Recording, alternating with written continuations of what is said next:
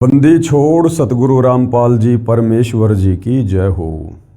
परम पिता परमात्मा सारी सृष्टि के रचनहार कुल मालिक असंख्य ब्रह्मांडों के स्वामी जगत गुरु तीनों लोकों में प्रवेश करके सबका धारण पोषण करने वाले राजाधीराज आत्माधार नाथों के नाथ देवों के देव महादेव सर्वेश्वर महेश्वर मृत्युंजय अजरो अमर आदि अनादि सनातनी प्रभु जगत पिता जगदीश्वर श्री श्री 1008 की उपाधि के वास्तविक अधिकारी अकाल मूर्त शब्द स्वरूपी राम वासुदेव सर्वगतम ब्रह्म परम पूज्य प्रथम पूज्य परम संत परम पुरुष परम धनी परम दयालु सत्य कबीर हक्का कबीर अल्लाहु कबीर अल्लाहु अकबर बाखबर अल्लाह ताला जगत के तारणहार जगत के मुक्तिदाता जगत के जगन्नाथ हारे के सहारे हिंदुओं के राम मुसलमानों के अल्लाह सिखों के वाहिगुरु ईसाइयों के मसीह दया के सागर दया निधि करुणा के सागर करुणा निधि स्वयंभू परिभू संकट मोचन कष्ट हरण मंगल करण दुख भंजन अविगत कबीर निर्विकार निर्विषम परमात्मा अलय अलेख सतगुरु आदि अनादि सतगुरु असली मर्यादा पुरुषोत्तम असली राम असली कृष्ण असली घनश्याम असली मुरारी राजाओं के राजा महाराजाओं के महाराजा शहंशाहों के शहंशाह सम्राटों के सम्राट भगवानों के भगवान अल्लाहों के अल्लाह प्रभुओं के प्रभु मसीहाओं के मसीह सच्चे वाहिगुरु बाबाओं के बाबा पीरों के पीर सेठों के सेठ जगत सेठ सावड़सा सेठ सर्वगुण संपन्न अनंत कोटि कलाओं के स्वामी अनंत कोटि ब्रह्मांडों के नायक योगियों में महायोगी ध्यानियों में महाध्यानी सिद्धों में परम सिद्ध ज्ञानियों में तत्वज्ञानी ब्रह्मज्ञानी महाज्ञानी परम ज्ञानी सर्वश्रेष्ठ ज्ञानी विज्ञानी युवा कबीर समर्थ कबीर असमवात अमित ओजा सच्चे रहनुमा करीम अल्लाह सुभान अल्लाह दुनिया के अंतिम पैगंबर 8 सितंबर 1951 से गांव धनाना जिला सोनीपत हरियाणा भारतवर्ष की पावन भूमि पे प्रकट रियल कल की भगवान श्री नारायण साकार हरि श्री बाबा साहेब नूर अनंत परमात्मा सच्चे दरवेश सच्चे बाखबर संत श्रोमणी सतगुरु रामपाल जी परमेश्वर जी के चरण कमल में आप और हम सभी भाई बहनों का अनंत कोटि दंडवत प्रणाम। सत्साई भाई और बहनों, बहुत बड़ी दया बहुत बड़ी मेहर पूज्य गुरुदेव भगवान की परमेश्वर रामपाल जी की, जिनके शुभ आशीर्वाद से विशेष आशीर्वाद से उन्हीं के सत्संगों के संग्रह के ऊपर बन चुकी पुस्तक कबीर बड़ा या कृष्ण, इस पर वीडियो बनाने की श्रृंखला जारी है। इसी श्रृंखला में आज हमारा ये 10वें नंबर का वीडियो है और प्रत्येक वीडियो में पूज्य गुरुदेव भगवान के आशीर्वाद से हमें भक्ति और भगवान को लेकर अध्यात्म को लेकर नई नई रोचक जानकारियाँ प्राप्त हो रही हैं। जो गूढ़ ज्ञान जो गूढ़ जानकारी सदियों से हमारे तत्व ज्ञान हीन धर्म गुरु हमें इन सदग्रंथों को पढ़कर समझकर नहीं बता पाए और हम सदियों से शास्त्र विरुद्ध साधना ही करते हुए आ रहे हैं। जिस शास्त्र विरुद्ध साधना को करने के चलते हमारे पूर्वज आज प्रेत योनि में भूत योनि में कष्ट उठा रहे हैं और हमारे से उनके श्राद्ध निकलवा कर हमें भी उन्हीं के पास उन्हीं नीच योनियों में भेजने का प्रयत्न कर रहे थे। अब पूज्य गुरुदेव भगवान सतगुरु रामपाल जी ने सतलोक से चलकर आकर विशेष दया करी, विशेष रजा की है। इन समस्त धर्मशास्त्रों का निष्कर्ष निकालकर अपने सत्संगों के माध्यम से पुस्तकों के माध्यम से समाज के हाथों में दे दिया है। अब ये समाज के ऊपर निर्भर करता है कि समाज इस पवित्र अमृत ज्ञान को अपनी आत्मा के कल्याण हेतु किस प्रकार से उपयोग में लेता है। उसके लिए भाई और बहनों ये जानकारी आप भाई बहनों तक पहुंचाई जा रही है। तो ये जो पवित्र पुस्तक कबीर बड़ा या कृष्ण है, ये विशेषकर हिंदू धर्म के चारों वेद गीता जी और 18 पुराणों के ज्ञान से प्रमाणित है। इस पवित्र पुस्तक के तत्व ज्ञान में अमृत ज्ञान में सुई की नोक रखने जितनी कमी हिंदू धर्म का कोई भी धर्माचार्य निकालने में सक्षम नहीं है। चाहे अपनी अज्ञानता और नादानी के चलते पूरी पुस्तक को ही रिजेक्ट क्यों ना कर दे, ये अलग विषय है। बाकी इस पवित्र पुस्तक को पढ़कर ही आप असल में भक्ति और भगवान के विषय में जान सकते हैं, अपनी आत्मा के कल्याण के मार्ग पर चल सकते हैं। दूसरा, इस पृथ्वी पर कोई विकल्प शेष नहीं है। और भाइयों और बहनों, जब आप सतगुरु रामपाल जी के अमृत ज्ञान को सुनना या पढ़ना शुरू करें तो सबसे पहले सृष्टि रचना को अवश्य पढ़ें, अवश्य सुनें, अवश्य समझें, क्योंकि सृष्टि रचना को समझे बिना हम अध्यात्म को नहीं समझ पाएंगे, किसी भी धर्म ग्रंथ को नहीं समझ पाएंगे, क्योंकि सृष्टि रचना मास्टर की है। सृष्टि रचना अध्यात्म की नींव है, मूल है। उसके बाद हम धर्मशास्त्रों को पहली कक्षा के कायदे की तरह समझ पाएंगे। तो आज जो ये कृष्ण बड़ा या कबीर इस मुद्दे पर जो जनता की अदालत में, जनता की कोर्ट में मामला चल रहा है, इस पुस्तक के अंतर्गत हिंदू समाज से जुड़ी आत्माओं को समझाने के लिए जिस प्रकार सतगुरु रामपाल जी ने इस पुस्तक में एक टॉपिक ऐड किया है कि जनता की अदालत में मामला, और जनता की अदालत में जज भी जनता ही है, क्योंकि वर्तमान में जनता पढ़ी लिखी है, अपने धर्मशास्त्रों से परिचित है, आंखों देखकर निर्णय कर सकती है। मुद्दा क्या है? कबीर बड़ा या कृष्ण? सुप्रीम गॉड, सुप्रीम परमात्मा, मोक्षदायक परमात्मा, सर्व सृष्टि रचनहार कबीर परमेश्वर है या श्री कृष्ण है? तो श्री कृष्ण जी की तरफ से जनता की अदालत में जो वकील साहिबान नियुक्त हैं वे सर्व हिंदू धर्म गुरु हैं, आचार्य शंकराचार्य। और कबीर परमेश्वर जी की तरफ से जो वकील साहिबान नियुक्त हैं वे सतगुरु रामपाल जी हैं। और कृष्ण उर्फ विष्णु जी के वकीलों का दावा है कि श्री कृष्ण उर्फ विष्णु ये अजरो अमर अविनाशी सर्वेश्वर महेश्वर परमात्मा है, और हिंदू धर्म ग्रंथों में इन्हीं को सुप्रीम गॉड बताया गया है, और इनके कोई माता पिता नहीं है, और इन्हीं की भक्ति से मोक्ष होगा। दूसरी तरफ कबीर परमेश्वर जी के वकील सतगुरु रामपाल जी ने हिंदू धर्मगुरुओं के इस दावे को सरासर जनता की अदालत में हिंदू धर्म ग्रंथों का खुलासा करके ही झूठा साबित कर दिया है, और ये क्लियर कर दिया है जनता की अदालत में कि तमाम श्री कृष्ण जी के वकील अर्थात हिंदू धर्मगुरु झूठ बोल रहे हैं, इन्हें अपने ही धर्मशास्त्रों के विषय में ज्ञान नहीं है। और सतगुरु रामपाल जी ने जनता की अदालत में वेदों के रेफरेंस लिए, पवित्र गीता जी का रेफरेंस लिया और पुराणों से, और ये साबित कर दिया कि Kabir is supreme God, Kabir ही सर्व सृष्टि रचनहार है, सर्व का उत्पत्ति करता और धारण पोषण करता है। और श्री कृष्ण उर्फ विष्णु ये केवल 3 लोकों में, काल के 21 ब्रह्मांड है, उन 21 ब्रह्मांडों में एक ब्रह्मांड पर भी श्री कृष्ण उर्फ विष्णु का आधिपत्य नहीं है। कबीर जी की तुलना में श्री कृष्ण और विष्णु बहुत ही छोटी लेवल की शक्ति है।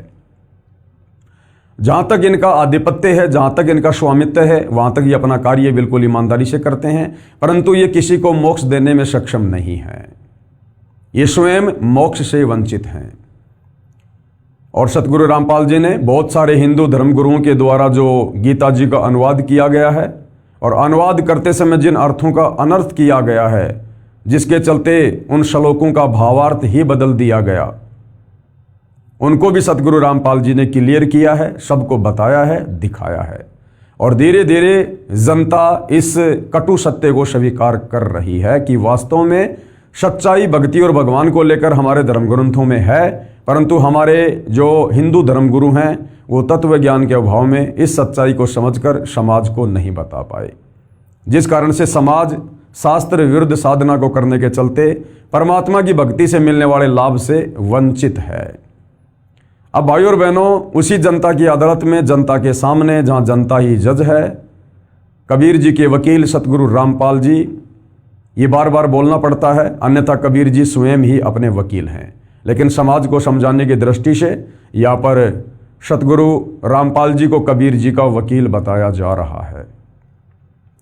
अब कबीर जी के वकील सतगुरु रामपाल जी उन श्री कृष्ण जी के वकील साहिबानों को झूठा साबित करते हुए, तत्व ज्ञानहीन साबित करते हुए कि ये तो आंखों वाले अंधे हैं, उनकी और जो गलतियां हैं, जो कमजोरियां हैं, उनको जनता के सामने शास्त्रों का हवाला देकर पेश कर रहे हैं, क्योंकि मामला जनता की अदालत में है, इसलिए कोई भी बात बिना सबूत के नहीं बोली जा सकती है। आंखों वाले अंधे कौन? हिंदू धर्म गुरु। ये आंखों वाले अंधे हैं। संत गरीबदास जी ने इन तत्वज्ञान नेत्रहीन अंधे धर्म प्रचारकों गुरुओं के विषय में कहा है कि गरीब वेद पढ़े पर भेद न जाने, और पढ़े पुराण 18, और पत्थर की पूजा करे और भूल गए सृजनहारा। ये हमारे नादान हिंदू धर्म गुरु वेदों को पढ़ते हैं लेकिन उनका भेद नहीं जान पाए। ये पुराणों को पढ़ते हैं और उसके बावजूद ये पत्थरों की पूजा करते हैं, समाज से करवा रहे हैं, जबकि वेदों में कहीं भी पत्थर पूजा के विषय में नहीं लिखा हुआ है। अर्थात ये गुरुजन चारों वेदों तथा 18 पुराणों को पढ़ते हैं परंतु गूढ़ रहस्यों को नहीं समझ सके। जो अध्यापक अपने पाठ्यक्रम यानी सिलेबस की पुस्तकों के गूढ़ ज्ञान को नहीं जानकर और पाठ्यक्रम से बाहर का यानी आउटर ज्ञान विद्यार्थियों को पढ़ाता है तो वह नालायक व्यक्ति है। इसी प्रकार ये हमारे हिंदू धर्म गुरु हम परमात्मा चाहने वाली आत्माओं को हिंदू धर्म ग्रंथों के अंदर उस पाठ्यक्रम में भक्ति और भगवान को लेकर जो लिखा है वो हमें ना बताकर हमें उन पाठ्यक्रमों के विरुद्ध, उन शास्त्रों के विरुद्ध हमें साधना बताई जा रही है, जिसको करने के चलते हम फैल होते जा रहे हैं, अर्थात मोक्ष से वंचित रहते हैं और परमेश्वर की भक्ति से मिलने वाले लाभ को प्राप्त नहीं कर पा रहे हैं। पाठ्यक्रम से बाहर का आउटर ज्ञान विद्यार्थियों को पढ़ाता है तो वो नालायक व्यक्ति है, विद्यार्थियों का जीवन नष्ट कर रहा है। यही दशा इन धर्म के नाम पर बने धर्म गुरुजनों की है। धर्म ग्रंथों को न समझकर उनसे बाहर की दंत कथा लोक वेद बता रहे हैं। संत गरीबदास जी ने फिर कहा है इन आंखों वाले अंधे धर्म गुरुओं के विषय में। आदरणीय गरीबदास जी क्या कह रहे हैं? गीता और भागवत पढ़े नहीं बूझे शब्द ठिकाने नू।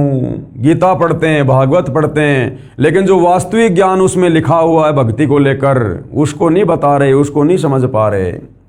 और मन मथुरा दिल द्वारिका नगरी क्या करो बरसाने नू। मोती मुक्ता दर्शत नाही ये गुरु सब अंधरे, और देखत के तो नैन चिशम है इनका फिर्या मोतिया बिंदरे। अर्थात ये सब के सब गुरुजन श्रीमद् भगवद गीता तथा श्रीमद् भागवत सुधा सागर को पढ़ते हैं। इनको आधार बताकर जनता को ज्ञान बताते हैं कि हम जो भी ज्ञान बता रहे हैं गीता जी से बता रहे हैं, भागवत सुधा सागर से बता रहे हैं, और संस्कृत बोलते हैं, और श्रोता इनको परम विद्वान मानते हैं। गीता मनीषी की उपाधि श्रद्धालुओं ने इनको दे रखी है, परंतु इनको ग्रंथों का यथार्थ ज्ञान नहीं है। ये पढ़ते हैं गीता, इनको पता ही नहीं कि गीता का ज्ञान किस अदृश्य शक्ति ने श्री कृष्ण जी के शरीर में प्रवेश करके बोला था। गीता पढ़ते हैं परंतु नहीं बूझे शब्द ठिकाने नू, यानी जिस ठिकाने के शब्द यथार्थ नाम जाप से मोक्ष होना है उसको जानना नहीं चाहते। जैसे गीता अध्याय 8 श्लोक 13 में गीता ज्ञान दाता कौन है? गीता ज्ञान दाता ये काल ब्रह्म ज्योति निरंजन दुर्गा का पति ब्रह्मा विष्णु महेश का पिता, ये गीता का ज्ञान दाता है। इसने श्री कृष्ण जी के शरीर में प्रवेश करके प्रेत की भांति और गीता जी का ज्ञान बोला। तो खुद गीता का ज्ञान देने वाला ब्रह्म गीता अध्याय 8 श्लोक नंबर 13 में अपना मंत्र बता रहा है, साफ साफ लिखा हुआ है। इसके बावजूद भी हमारे नादान धर्म गुरु हमें ओम मंत्र के अलावा और ही ना जाने राधे राधे श्याम मिला दे, हरे रामा हरे कृष्णा हरे हरे हरे हरे, पता नहीं दुनिया भर के मनमुखी मंत्र जाप करवा रहे हैं। जैसे गीता अध्याय 8 श्लोक 13 में गीता ज्ञानदाता ने अपना जाप करने का मंत्र ओम बताया है, तथा गीता अध्याय 17 श्लोक नंबर 23 में अपने से अन्य परमेश्वर यानी परम अक्षर ब्रह्म कबीर देव का जाप करने का मंत्र सांकेतिक शब्दों में कोड वर्ड में बताया है। अपना तो बताया गीता ज्ञानदाता ने ओम मंत्र अध्याय 8 श्लोक नंबर 13 में। इसके अलावा अपने से अन्य सुप्रीम गॉड परम अक्षर ब्रह्म के विषय में जो गीता 8 अध्याय 3 में कह रहा है कि वो परम अक्षर ब्रह्म है, उसकी भक्ति साधना का भी मंत्र सांकेतिक रूप से बताया है। गीता अध्याय 17 श्लोक नंबर 23 में ओम तत् सत इति निर्देश ब्रह्मण त्रिविध समर्थ है। इसके बावजूद भी हमारे धर्म गुरुओं की बुद्धि ने काम नहीं किया। ओम तत् सत, इस ओम तत्सत मंत्र के ठिकाने के शब्द यथार्थ नाम अन्य हैं। कहीं को ये सोचे कि लो जी हमें पता चल गया ओम तत् सत और कल ही जाप करने लग जाओ ओम तत् सत, बिल्कुल भी नहीं। ये तत् और सत ये सांकेतिक शब्द हैं। इस तत् के अंदर 2 मंत्र हैं और सत का भी एक मंत्र है। वो केवल वर्तमान में तत्वदर्शी संत सतगुरु रामपाल जी के पास हैं, उनके अलावा किसी को ज्ञान नहीं है। और यदि उनसे उपदेश लेकर यदि कोई उस मंत्र को आगे देने भी लग जाएगा तो वो उस मंत्र को दान करने का अधिकारी ना होने के कारण वो खुद भी परमेश्वर का दोषी बनेगा और उस अनअधिकारी व्यक्ति से मंत्र लेकर यदि कोई जाप करेगा तो वो भी किसी प्रकार का कोई आध्यात्मिक लाभ प्राप्त नहीं कर पाएगा।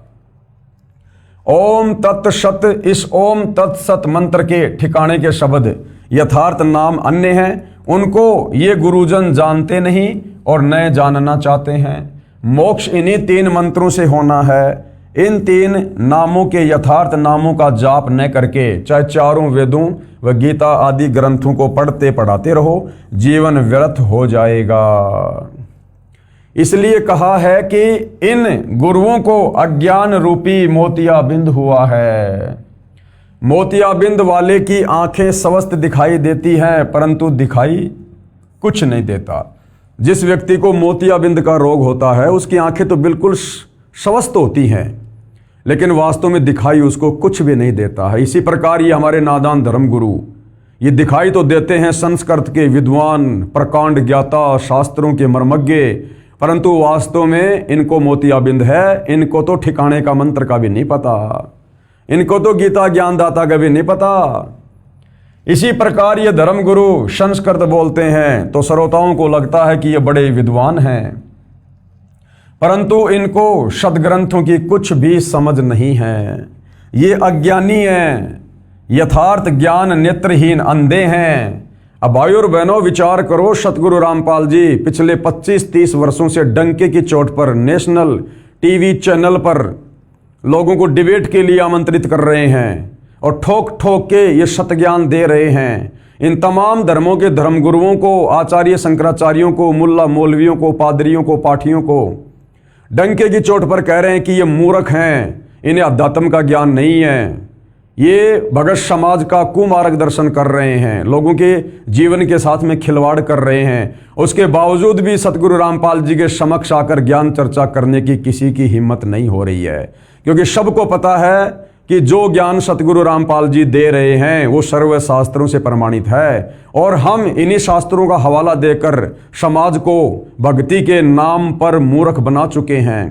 तो अब यदि हमने सतगुरु रामपाल जी से डिबेट की तो हमारी पोल पट्टी खुल जाएगी और हम घर के रहेंगे ना घाट के। इसलिए बिल्कुल कान दबोच कर बैठे हैं, सुनना भी पसंद नहीं करते, सामने आना तो बहुत दूर की बात है। लेकिन कब तक सच्चाई तो सामने आके रहेगी। गीता ज्ञान देने वाला अपने आप को नाशवान कहता है। गीता ज्ञान देने वाला भगवान, ये ब्रह्म, हिंदू समाज चाहे श्री कृष्ण समझो, ये अपने आप को नाशवान कह रहा है कि मेरा तो जन्म और मृत्यु होती है, मैं नाशवान हूं, अविनाशी नहीं हूं। तो बताओ, नाशवान भगवान की भक्ति करके आप और हम भगत भला कैसे अविनाशी हो जाएंगे? हमारा कैसे मोक्ष हो जाएगा जब गीता ज्ञान देने वाला खुद ही नाशवान है? अपने से अन्य को अविनाशी कहता है और कह रहा है कि अविनाशी तो उसको जान जिसको मारने में कोई भी सक्षम नहीं है। गीता अध्याय 2 श्लोक नंबर 17 में और गीता अध्याय 18 श्लोक 62 में अर्जुन को ये गीता ज्ञानदाता, हिंदुओं का भगवान, ये निराकार ब्रह्म, उसी परमेश्वर की परम अक्षर ब्रह्म की शरण में जाने की सलाह दे रहा है कि अर्जुन तू सर्वभाव से उस परमेश्वर की शरण में जा, जहां जाने के बाद साधक लौटकर फिर इस संसार में वापस नहीं आता। और उसी की शरण में जाने को कहा है। ये श्री कृष्ण को ही अविनाशी जगत का कर्ता बताकर, कौन? ये हमारे हिंदू धर्म गुरु और जनता के साथ में धोखा कर रहे हैं, ये आंखों वाले अंधे हैं। अब सवाल किया गया है जनता की अदालत में सतगुरु रामपाल जी से, क्योंकि जनता को धीरे धीरे इंटरेस्ट आ रहा है, जनता की रुचि बढ़ रही है धर्मशास्त्रों से सारे प्रमाण देखकर। तो जनता की अदालत में अब कबीर जी के वकील सतगुरु रामपाल जी से आगे सवाल पूछा जा रहा है। प्रश्न नंबर 2, काल पुरुष कौन है? तो सतगुरु रामपाल जी ने उत्तर दिया, सृष्टि रचना जो पेज नंबर 389 पर लिखी है उसमें विस्तार पूर्वक लिखा है। और सृष्टि रचना आपको इस पुस्तक के प्रथम वीडियो में दास ने मौखिक सुना दी है।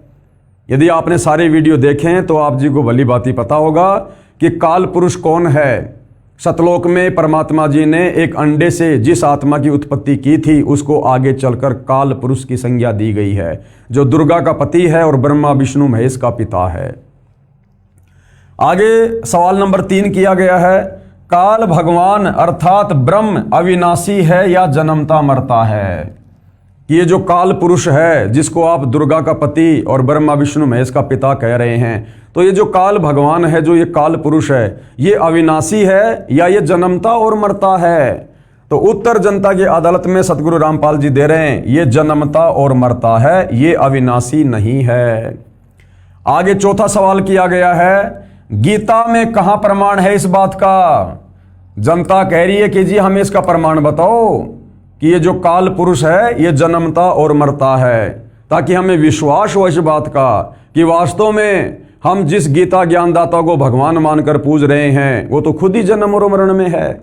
जब खुद ही जन्म और मरण में है तो भला हमारा जन्म मरण का रोग कैसे कटेगा, हमारा मोक्ष कैसे होगा? तो उत्तर दे रहे हैं कबीर जी के वकील सतगुरु रामपाल जी। श्रीमद् भगवद गीता अध्याय 2 श्लोक नंबर 12 में, गीता अध्याय 4 श्लोक 5 में, गीता अध्याय 10 श्लोक नंबर 2 में गीता ज्ञानदाता स्वयं स्वीकार करता है कि मेरी भी जन्म व मृत्यु होती है, मैं अविनाशी नहीं हूं। पवित्र गीता जी से ही कबीर जी के वकील सतगुरु रामपाल जी ने ये अध्याय और श्लोक बताकर क्लियर कर दिया है। ऊपर पहले आपको दिखा भी दिए गए हैं सारे श्लोक। और क्या कह रहा है गीता ज्ञानदाता? कहा है कि हे अर्जुन, तेरे और मेरे बहुत जन्म हो चुके हैं, तू नहीं जानता, मैं जानता हूं। तो गीता ज्ञानदाता जन्म और मरण में है, अपनी जन्म और मृत्यु खुद स्वीकार कर रहा है। कौन है गीता ज्ञानदाता? ब्रह्म, काल। अब यदि हिंदू समाज के श्रद्धालु ये मानते हैं कि गीता का ज्ञान देने वाले श्री कृष्ण जी हैं, तो भाई श्री कृष्ण जी भी जन्म और मरण में हैं। श्री कृष्ण जी का जन्म देवकी के गर्भ से हुआ और अंत में श्री कृष्ण जी की मृत्यु एक बालिया नाम के शिकारी के द्वारा पैर में जहरीला तीर मारने से हुई। ये भी आप सबको पता है, इतिहास साक्षी है। तो यदि आप श्री कृष्ण जी को गीता ज्ञानदाता मानते हैं तो श्री कृष्ण जी भी जन्म और मरण में है, और जो भगवान जन्म और मरण में है उसकी भक्ति से साधक का मोक्ष नहीं हो सकता। और वैसे गीता ज्ञानदाता ये काल ब्रह्म है जो श्री कृष्ण जी के शरीर में प्रवेश करके गीता जी का ज्ञान जिसने बोला था। तो गीता अध्याय 2 श्लोक 12, 4 श्लोक 5 और 10 श्लोक 2 में ये खुद स्वीकार कर रहा है कि तू, मैं और ये राजा लोग व सैनिक पहले भी थे, आगे भी होंगे। ये न जान कि हम केवल वर्तमान में ही हैं। मेरी उत्पत्ति को न तो देवता लोग जानते हैं, कौन कह रहा है? ये ब्रह्म, और न ही ऋषिजन, क्योंकि ये सब मेरे से ही उत्पन्न है। ये ब्रह्म कह रहा है कि अर्जुन, मेरी उत्पत्ति यानी जन्म को न तो देवता जानते हैं, ये ब्रह्मा विष्णु महेश भी नहीं जानते, इंद्र और 33 करोड़ देवता भी नहीं जानते। क्यों? क्योंकि सब इस काल और दुर्गा से उत्पन्न हैं।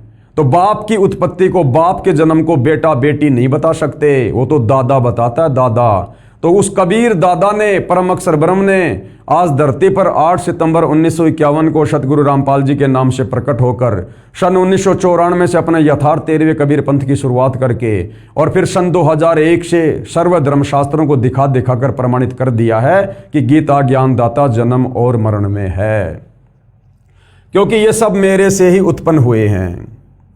इससे सिद्ध हुआ कि गीता ज्ञानदाता काल पुरुष अविनाशी नहीं है। अविनाशी वो होता है जो कभी जन्म और मरण में नहीं आता है। तो गीता ज्ञानदाता अविनाशी नहीं है, ये नाशवान है, इसकी जन्म और मृत्यु होती है।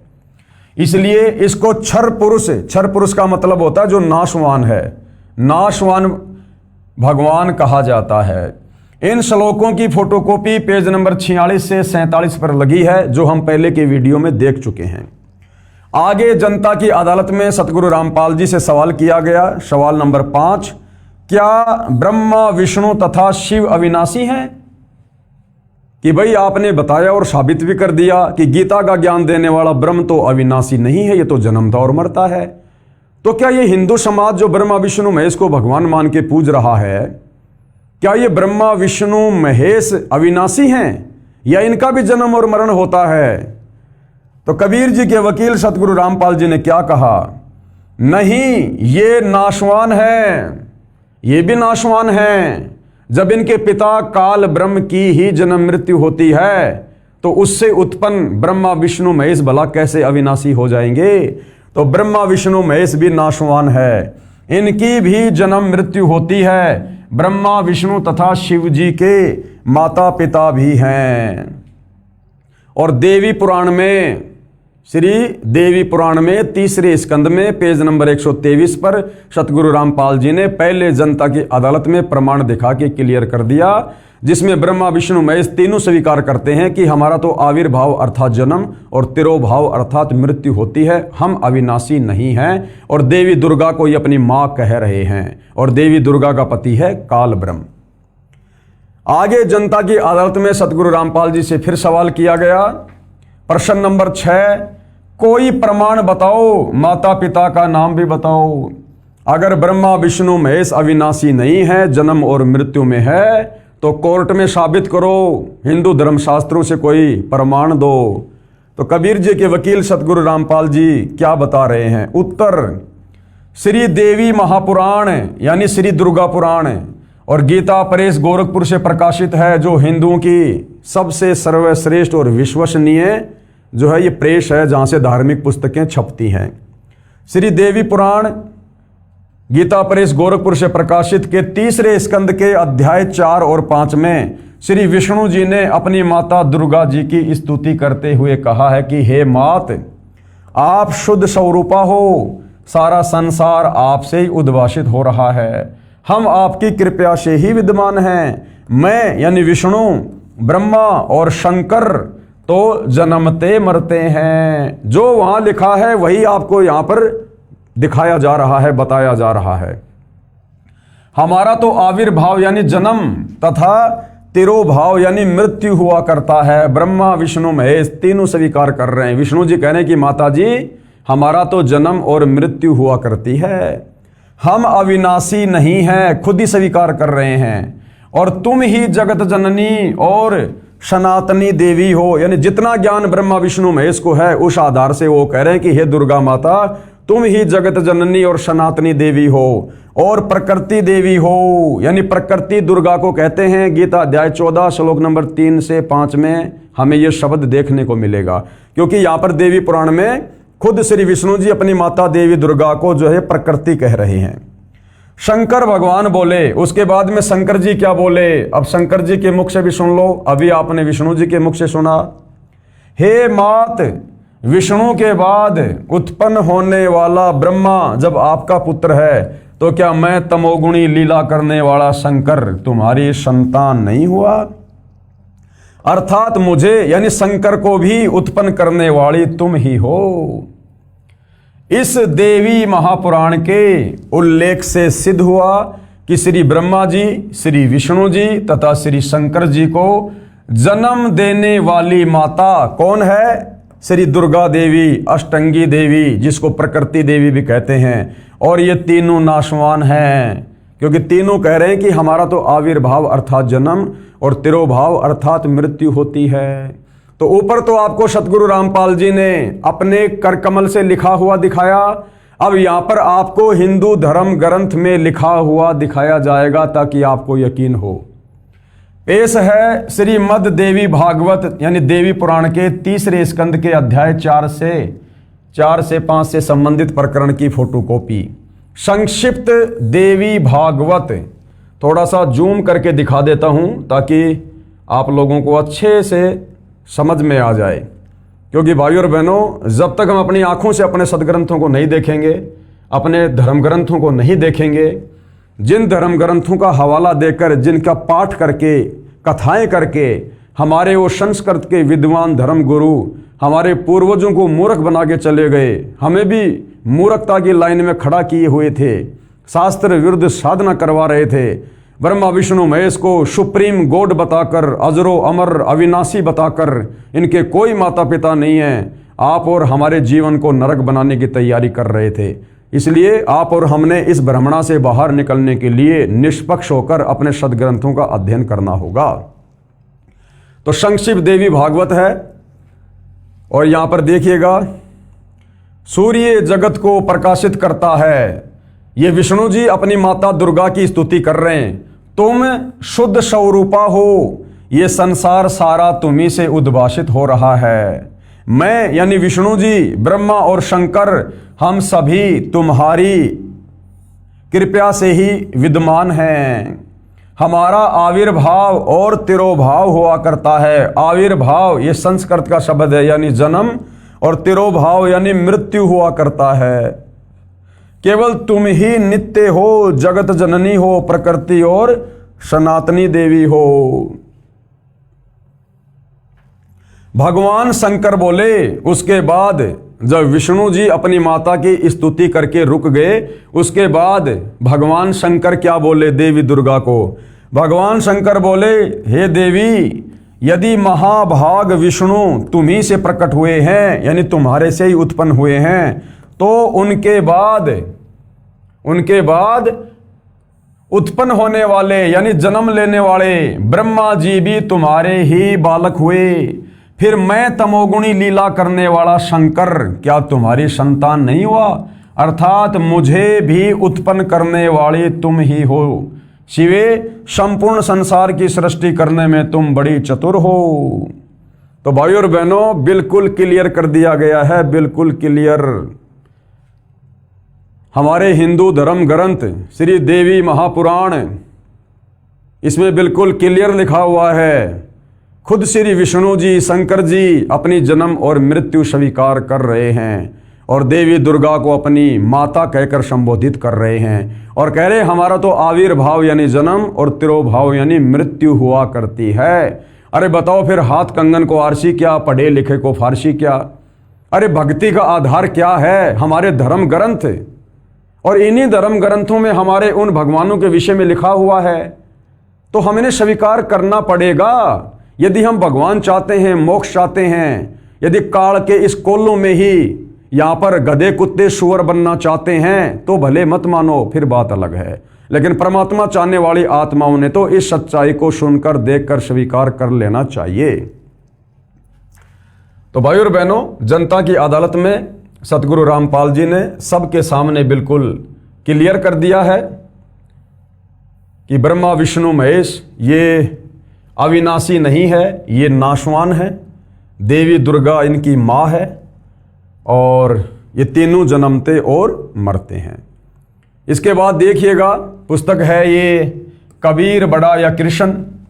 पेश है संक्षिप्त शिव पुराण की रुद्र संहिता खंड से संबंधित प्रकरण की फोटोकॉपी। अब श्री देवी महापुराण के बाद आपको संक्षिप्त शिव पुराण, और शिव पुराण में जो रुद्र संहिता जो खंड है उससे आपको प्रमाण दिया जाएगा।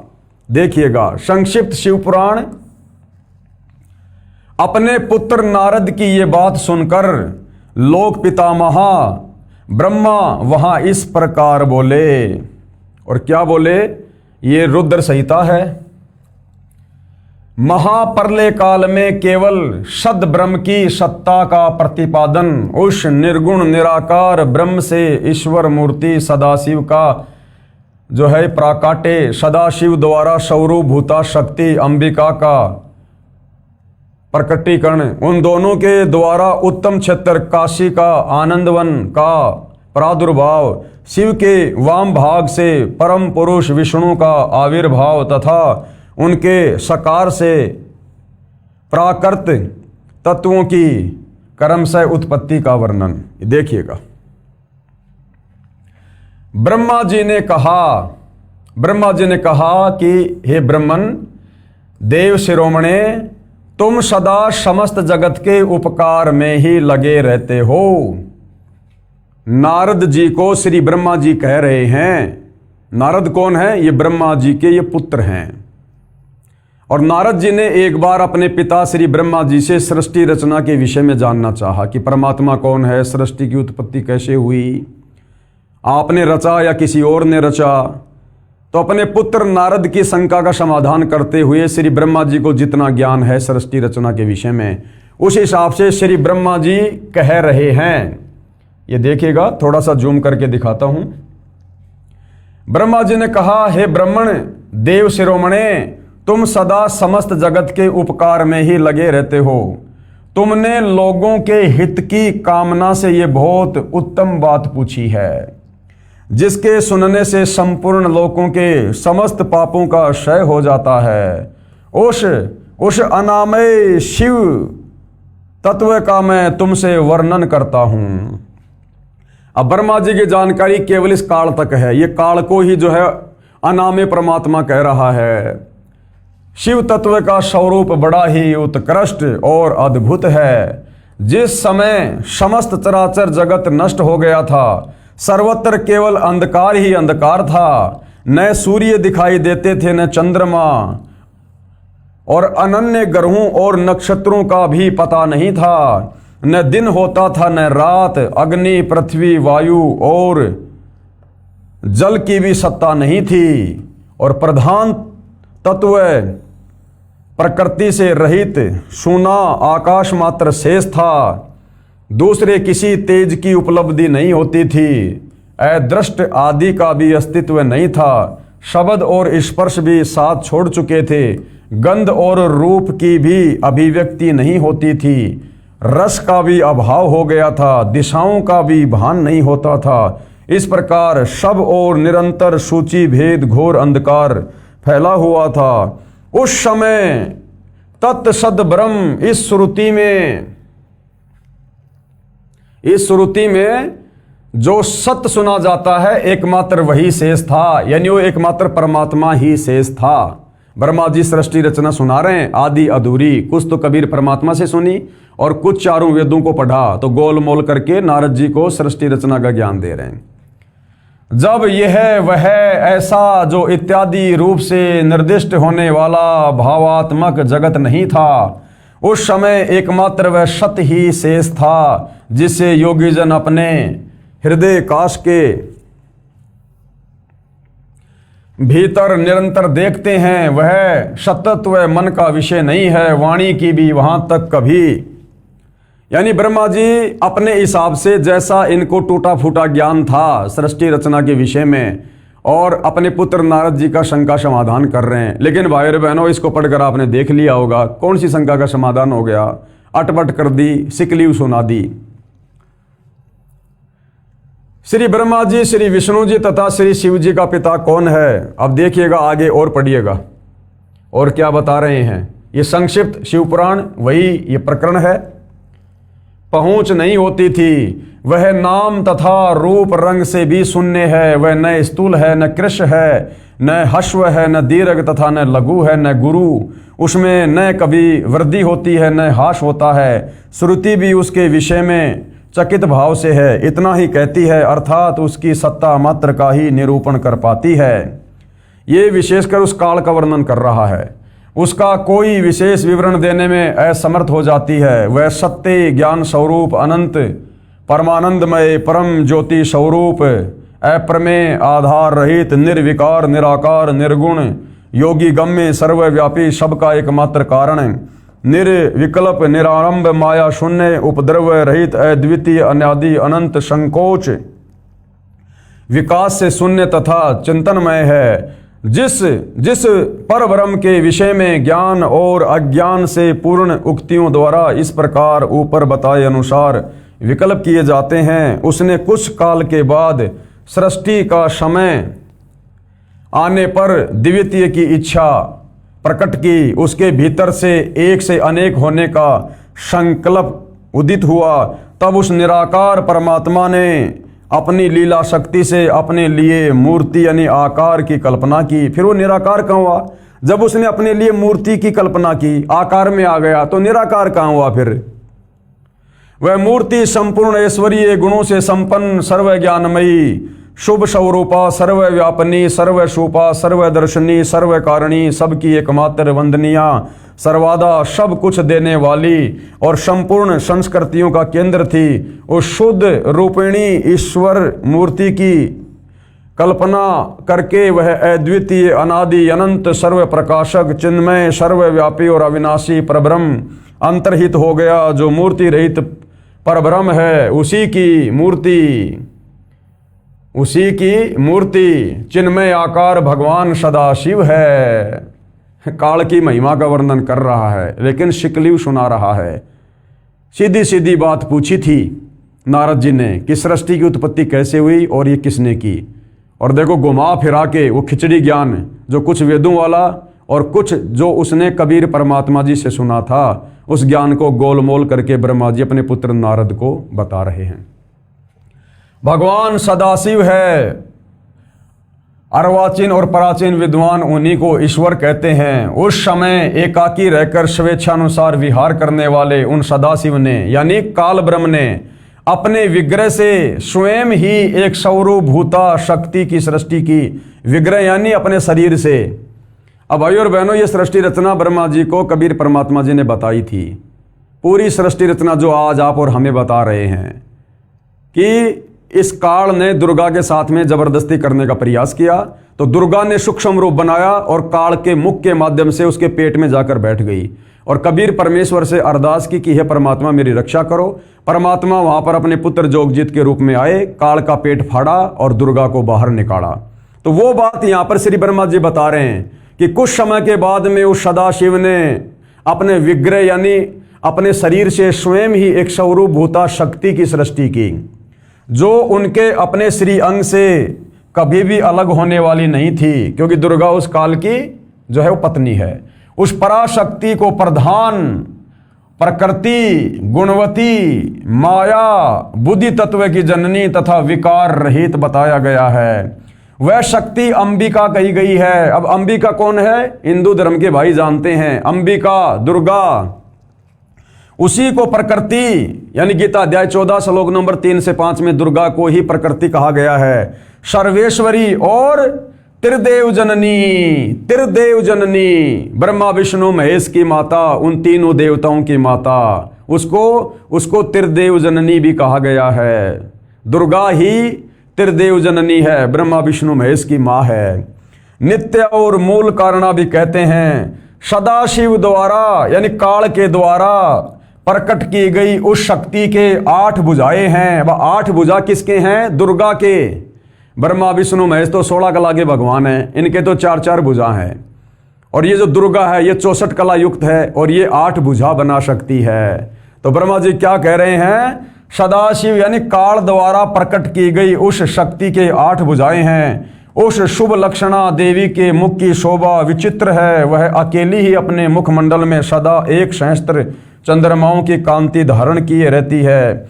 नाना प्रकार के आभूषण उसके श्रीअंगों की शोभा बढ़ाते हैं। वह देवी नाना प्रकार की गतियों से संपन्न है और अनेक प्रकार के अस्त्र शस्त्र धारण करती है। उसके खुले हुए नेत्र खिले हुए कमल के समान जान पड़ते हैं। वह अचिंत्य तेज से जगमगाती है। वह सबकी योनि है। अर्थात काल इस दुर्गा के उस गर्भ में बीज डाल के यानी पति पत्नी व्यवहार करके सबकी उत्पत्ति करता है। तो ब्रह्मा जी क्या कह रहे हैं? वह सबकी योनि है, अर्थात वो सबकी माँ है। 21 ब्रह्मांड में सब उसी से जन्मते हैं। वह सबकी योनि है और सदा उधमशील रहती है। एकाकिनी होकर भी वह माया संयोग वशात अनेक हो जाती है। वो तो उसके पास में सिद्धि शक्तियां हैं, बहुत सारे रूप बना लेती है। वे जो सदाशिव हैं, वो जो सदाशिव यानी काल ब्रह्म ज्योति निरंजन, उसको सदाशिव कहा गया है। वे जो सदाशिव हैं उन्हें परम पुरुष ईश्वर शिव शंभु और महेश्वर कहते हैं। वे अपने मस्तक पर आकाश गंगा को धारण करते हैं। अब ब्रह्मा जी को नहीं पता इस बात का, क्योंकि ब्रह्मा जी ने उसके दर्शन किए नहीं, वो किसी को दर्शन देता ही नहीं। तो यहां पर ब्रह्मा जी अटपट मार रहा है, क्योंकि ये काल क्या करता है भाई और बहनों, अपने पुत्र शंकर का रूप धारण करके और ये जो है प्रकट हो जाता है। और उस समय ये ब्रह्मा और विष्णु सोचते हैं कि बस यही है परमात्मा, यही है भगवान। उस हिसाब से ये ब्रह्मा जी बखान कर रहे हैं।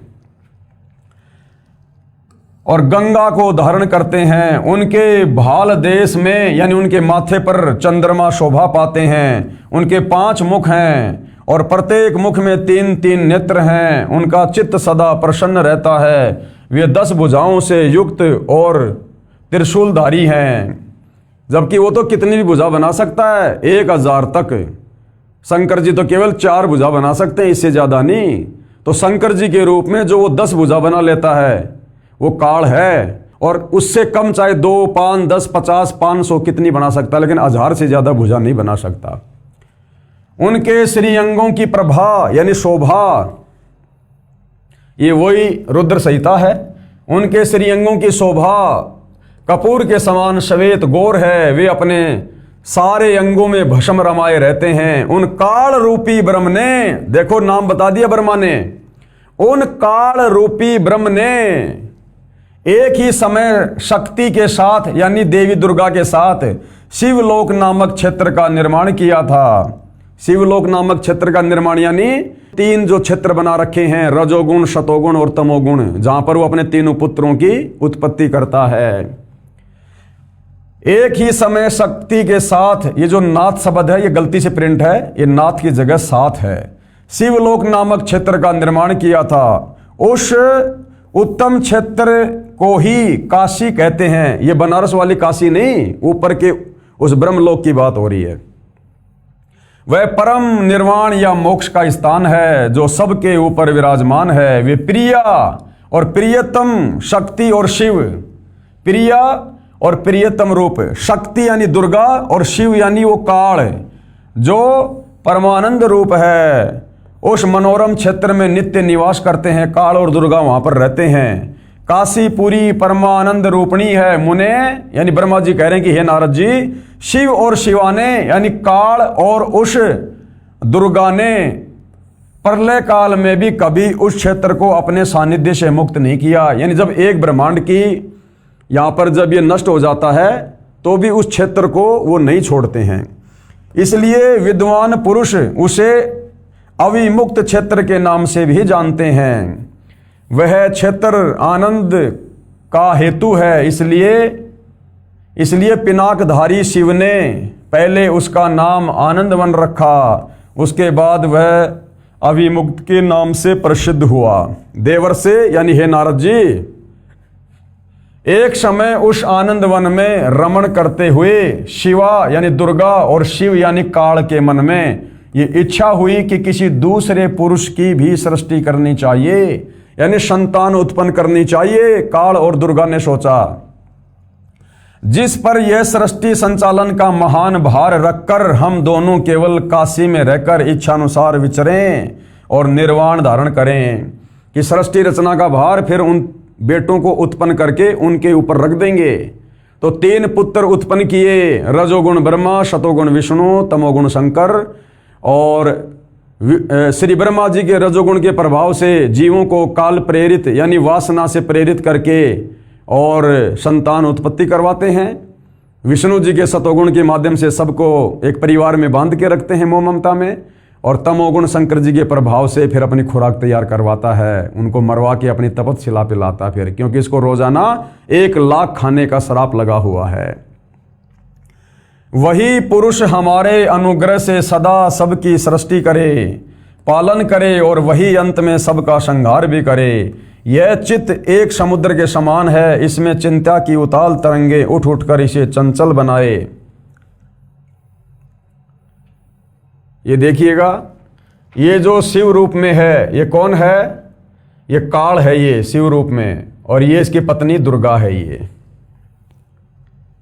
जहां हमारी मनोवर्ती सब ओर से सिमट कर इसी में लगी हुई है तथा जिसके बाहर का जगत चिंता से आतुर प्रतीत होता है, ऐसा निश्चय करके शक्ति सहित यानी उस दुर्गा के साथ सर्वव्यापी परमेश्वर शिव ने यानी काल ने अपने वाम भाग के 10वें अंग पर अमृत मल दिया, यानी दुर्गा के साथ में पति पत्नी व्यवहार किया। फिर तो वहां से एक पुरुष प्रकट हुआ, यानी एक संतान की उत्पत्ति हुई जो तीनों लोकों में सबसे अधिक सुंदर था, वह शांत था, उसमें शतोगुण की अधिकता थी, यानी विष्णु जी की उत्पत्ति की, तथा वह गंभीरता का अथाह सागर था। मुने क्षमा शिव ने कहा, वत्स व्यापक होने के कारण, शिव यानी काल ने कहा कि व्यापक यानी युवा होने के कारण तुम्हारा विष्णु नाम विख्यात हुआ। ये संक्षिप्त शिव पुराण ब्रह्मा जी खुद अपने मुख कमल से अपने बेटे नारद को बता रहे हैं कि श्री विष्णु जी की उत्पत्ति उस काल और दुर्गा से, शिव और शिवा से, इस प्रकार से विष्णु जी का जन्म हुआ, विष्णु जी की उत्पत्ति हुई दुर्गा और काल के पति पत्नी व्यवहार से। भाई और बहनों, हम हिंदुओं के धर्म ग्रंथ हैं, मानना पड़ेगा क्योंकि सच्चाई लिखी हुई है। आगे देखिएगा, रुद्र संहिता, भगवान विष्णु की नाभि से कमल का प्रादुर्भाव, ये बहुत सारे वर्णन है।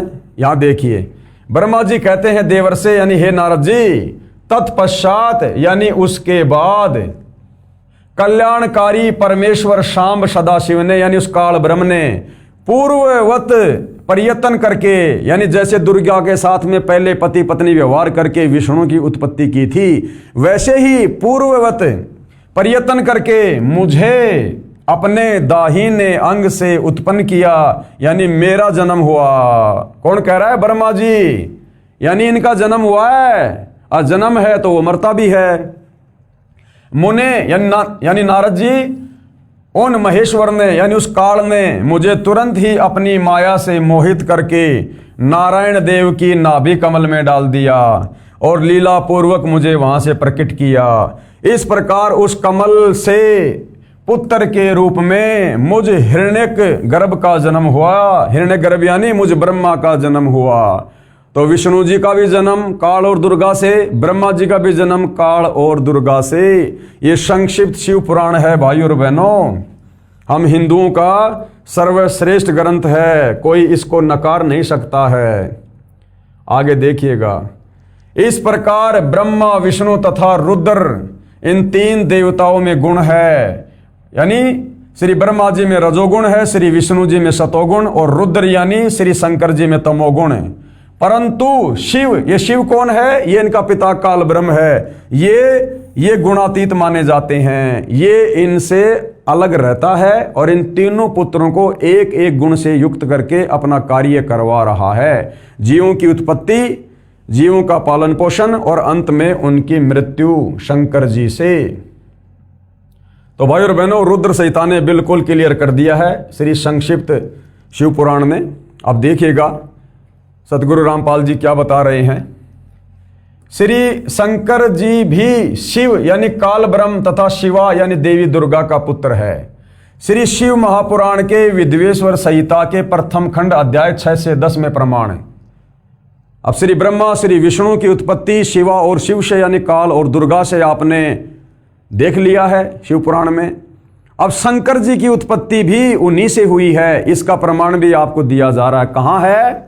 श्री शिव महापुराण के विद्वेश्वर संहिता के प्रथम खंड अध्याय 6 से 10 में।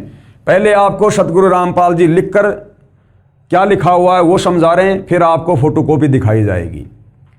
एक समय श्री ब्रह्मा जी तथा श्री विष्णु जी का इस बात पर युद्ध हो गया कि श्री ब्रह्मा जी ने कहा, मैं तेरा पिता हूं क्योंकि ये संसार मेरे से उत्पन्न हुआ है, मैं प्रजापति हूं।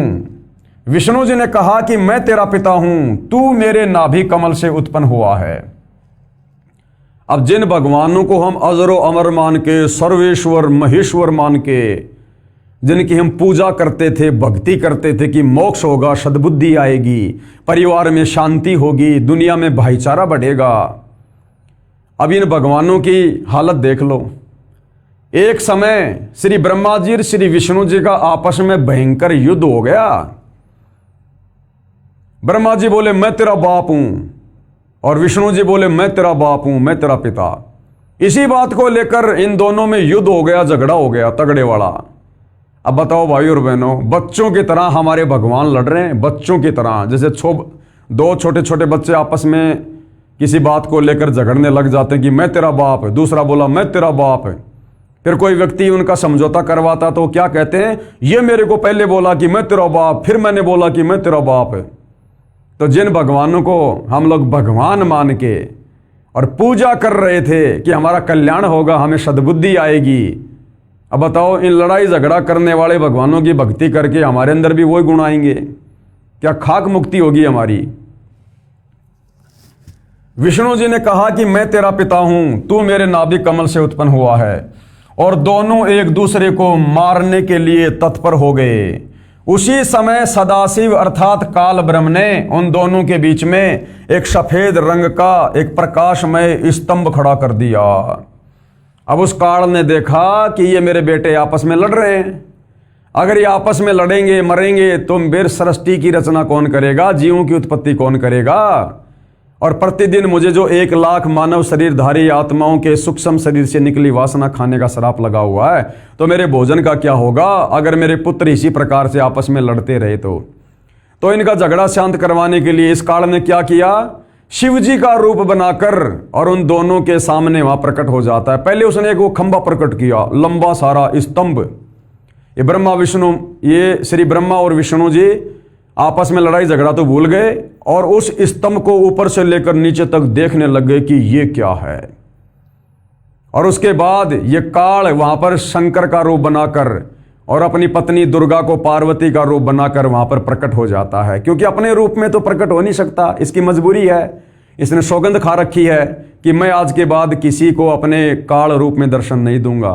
तो ये क्या करता है, ये ऐसे ही अपने इन पुत्रों का रूप बनाकर प्रकट हो जाता है। तो जिस समय ब्रह्मा और विष्णु जी लड़ रहे थे तो शंकर जी तो वहां थे नहीं, तो उस समय ये शंकर जी का रूप बनाकर वहां पर प्रकट हो गया और उनका युद्ध रुकवाया और उनकी शंका का समाधान किया कि नालायको, तुम भगवान नहीं हो, तुम अपने आप को भगवान समझ बैठे। अब इस बात को लेकर अब ब्रह्मा और विष्णु जी समझ नहीं पाए। उन्होंने सोचा कि हमारा तीसरे नंबर का भाई शंकर जी होगा, उन्हें नहीं पता कि शंकर के रूप में काल है। तो इस प्रकार से ब्रह्मा और विष्णु ने शंकर जी को भगवान बताना शुरू कर दिया। फिर नीचे आप और हमारे जैसे विद्वानों ने शंकर जी की पूजा कर दी कि ये भगवान है, महेश्वर है, अजरो अमर है, सब कुछ है। ऐसे भाई और बहनों ये काल सबको भ्रमित रखता है। तो क्या किया, दोनों एक दूसरे को मारने के लिए तैयार हो गए। उसी समय सदाशिव यानी ये काल अर्थात काल ब्रह्म ने उन दोनों के बीच में एक सफेद रंग का एक प्रकाशमय स्तंभ खड़ा कर दिया, एक खंबा खड़ा कर दिया उन दोनों के बीच में युद्ध को रुकवाने के लिए। उसके पश्चात अपने पुत्र तमगुण शिव के रूप में प्रकट होकर उस स्तंभ को अपने लिंग यानी प्राइवेट पार्ट का आकार दे दिया। ये वर्तमान में जो शिवलिंग की पूजा हिंदू समाज में चल रही है, ये कितनी घटिया और शर्मनाक साधना है। और ना हमारे धर्मगुरुओं को पता, ना हिंदू भाई बहनों को पता कि शिवलिंग क्या है और किस प्रकार से इसकी पूजा शुरू हुई है और इसकी पूजा से हमें क्या लाभ है।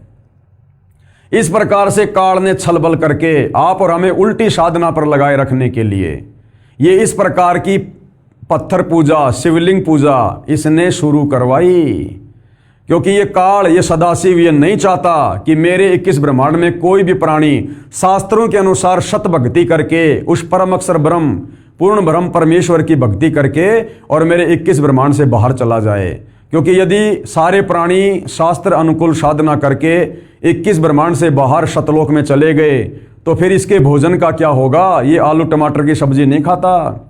इसको परमात्मा ने प्रतिदिन 1,00,000 मानव शरीरधारी आत्माओं के सूक्ष्म शरीर से निकली वासना को, गंध को खाने का श्राप दिया है। तो जिस कारण से ये किसी को भी सत्य साधना पर नहीं लगने देता है और समाज में इसी प्रकार से इसने पाखंड पूजा शुरू करवा रखी है। भाई और बहनों, जब हमने सृष्टि रचना पढ़ी तो गुरुदेव भगवान ने बताया कि प्रथम बार कबीर परमात्मा इस 21 ब्रह्मांड में जब आए, अपने पुत्र जोगजित का रूप बनाकर, तो सबसे पहले इस काल के साथ में भेंट हुई। तो काल ने परमात्मा से बहुत सारे वचन लिए थे कि ये परमात्मा 3 युग, सतयुग, त्रेता, द्वापर में जीवों को थोड़ा पार करना, सतलोक थोड़े जीव लेकर जाना, 4था युग जब कलयुग आ जाए तब कितने ही जीव पार करना। तो भाई और बहनों, 4था युग, वो कलयुग आने तक इस काल में हम जीवों को इस प्रकार से भक्ति के नाम पर उलझाना था, पत्थरों की पूजा करवानी थी, दुनिया भर के मंदिर, मस्जिद, चर्च, गुरुद्वारे, तरह तरह के धर्म जातियों में बांट दिया, ताकि जब वो परमात्मा इस कलयुग में आकर हमें ज्ञान समझाए, सत्य साधना बताए, तो हम उसकी एक भी बात ना माने और इसी प्रकार से पाखंड पूजा में लगा रहें। तो उसी पाखंड पूजा के तहत इसने शिवलिंग की पूजा शुरू करवाई, यानी काल ने अपने प्राइवेट पार्ट, अपने लिंग की पूजा हिंदू समाज में शुरू करवा रखी है। यानी शर्म आनी चाहिए कि हम लोग सदियों से अज्ञानता के चलते किस चीज की पूजा कर रहे थे। क्या कहा है? उसके पश्चात अपने पुत्र तमगुण शिव के रूप में प्रकट होकर उस स्तंभ को अपने लिंग यानी प्राइवेट पार्ट का आकार दे दिया। उसी दिन से शिव जी का लिंग विख्यात हुआ, यानी उसी दिन से ये शिवलिंग पूजा शुरू गई। लिंग पूजा आरंभ हुई 5वें अध्याय के श्लोक 26 और 31 में। उस काल ब्रह्म ने स्वयं शंकर के रूप में प्रकट होकर उनको बताया। क्या बताया? उन दोनों को क्या कहा? उनको बताया, यानी ब्रह्मा और विष्णु को बताया कि तुम दोनों में से कोई भी कर्ता नहीं है। कर्ता यानी भगवान, कि ब्रह्मा ना तो तू करता है सृष्टि का और ना ये विष्णु करता है सृष्टि का। तुमने यानी ब्रह्मा और विष्णु ने, क्योंकि लड़ाई उन दोनों की हो रही थी, जो अज्ञानता से यानी मूर्खता से अपने आप को ईश यानी भगवान माना, अपने को जगत का स्वामी माना, ये बड़ा ही अद्भुत हुआ। उसी भ्रम को दूर करने के लिए मैं यानी मैं काल, मैं सदाशिव रण स्थल पर आया हूं। यानी तुम जो झगड़ रहे हो ना, मैं यहां पर आया हूं। अब तुम दोनों अपना अभिमान त्याग कर मुझ ईश्वर में अपनी बुद्धि लगाओ। अब ब्रह्मा विष्णु महेश ने सोचा ये हमारा भाई शंकर है, तो इस प्रकार से दोनों फिर उसकी पूजा करने लग गए, अपने से उसको बड़ा मानने लग गए। इस प्रकार से इस काल ने सारा खेल खेला। ये हमारे सदग्रंथों में सब कुछ लिखा हुआ है भाई और बहनों। हे पुत्रो, वो काल, वो सदाशिव क्या कह रहा है ब्रह्मा और विष्णु को? हे पुत्रो, मैंने तुमको तुम्हारे तप के प्रतिफल में जगत की उत्पत्ति और स्थिति रूपी 2 कार्य दिए हैं। यानी ब्रह्मा, तेरे को मैंने रजोगुण से युक्त करके ये उत्पत्ति का एक कार्य भार दिया है, और विष्णु, तेरे को मैंने शतोगुण से युक्त करके स्थिति बनाए रखने के लिए मैंने तेरे को निमित्त बनाया है।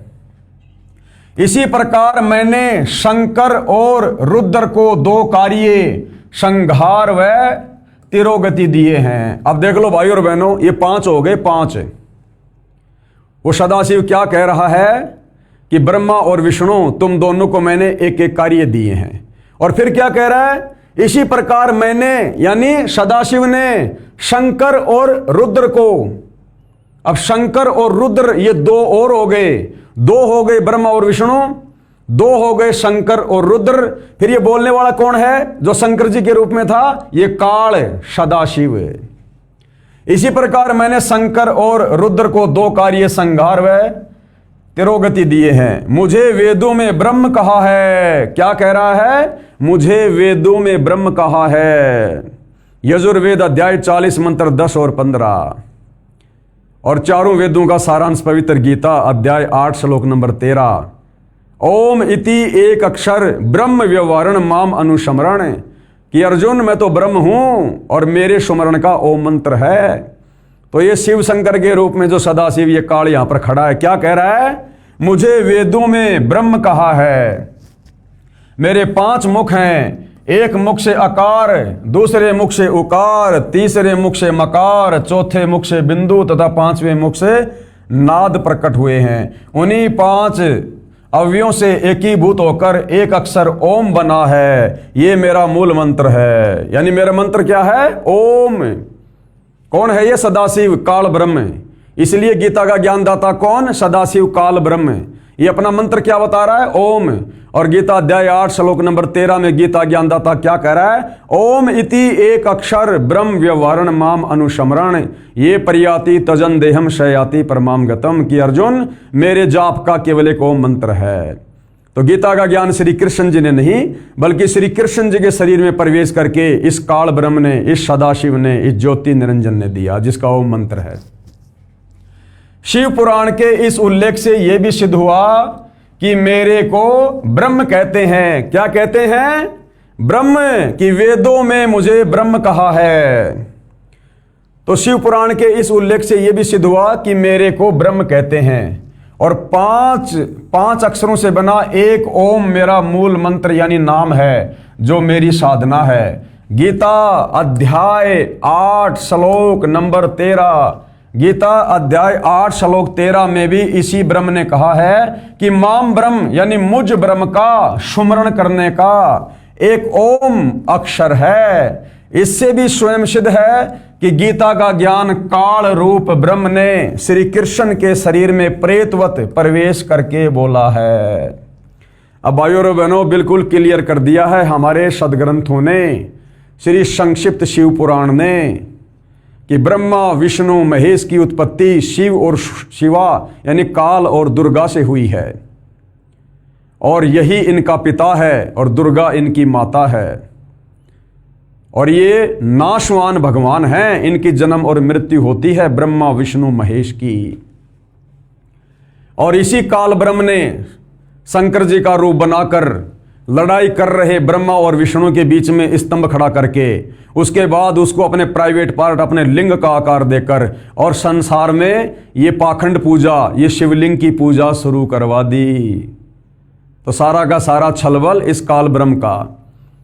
अब क्या कह रहे पूज्य गुरुदेव भगवान, ध्यान से सुनिएगा।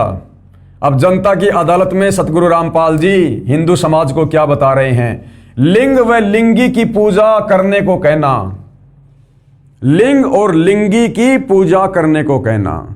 भाइयों और बहनों, जितने भी शिवालय हैं आप उनमें ध्यान से देखना, वो जो गोलसा जो वो पत्थर है जिसको शिवलिंग कहते हैं, वो इस काल ब्रह्म का ये प्राइवेट पार्ट है, यानी उस आकार का है। और वो जो शिवलिंग है वो जहां पर रखा हुआ है, वो आप ध्यान से देखना, वो स्त्री इंद्री यानी योनि के चित्र की भांति आपको दिखाई देगा।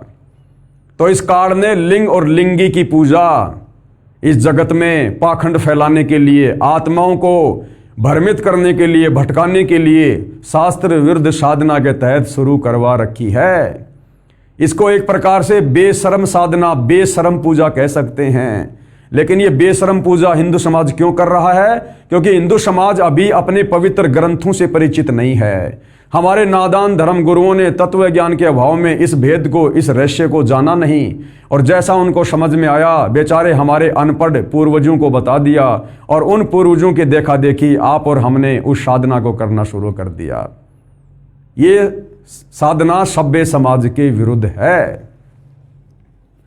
लिंग व लिंग की पूजा करने को कहना, काल ब्रह्म ने अपने लिंग यानी प्राइवेट पार्ट तथा स्त्री की लिंगी यानी प्राइवेट पार्ट की पूजा करने को कहा है। जो मंदिरों में शिवलिंग स्थापित किया होता है उसको ध्यान से देखा जाए तो पता चलता है, क्या पता चलेगा?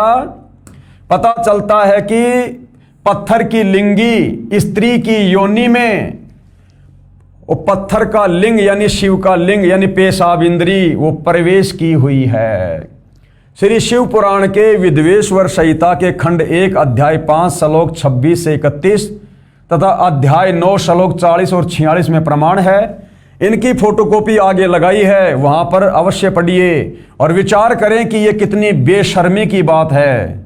सतगुरु रामपाल जी क्या कह रहे हैं जनता की अदालत में कि विचार करो, ये जो शिवलिंग की पूजा हिंदू समाज कर रहा है ये कितनी बेशर्मी की बात है। लिंग की पूजा हो रही है, होनी चाहिए परमात्मा की पूजा।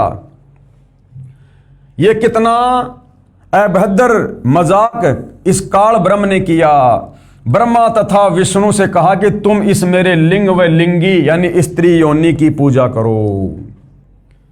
अब बताओ भाइयों और बहनों, ब्रह्मा विष्णु महेश पूजा कर रहे हैं स्त्री इंद्री और पुरुष इंद्री की, लिंग और लिंगी की, और हम पूजा कर रहे हैं ब्रह्मा विष्णु महेश की।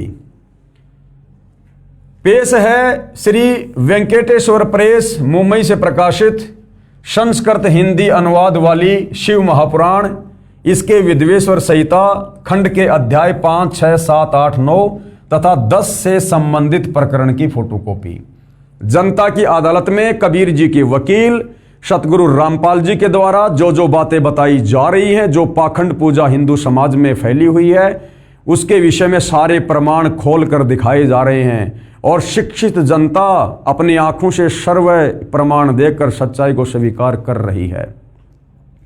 तो यहां पर भाइयों और बहनों, पूरा का पूरा ये पेज यहां पर लिखा हुआ है, दिया हुआ है, और क्या कुछ कहा है।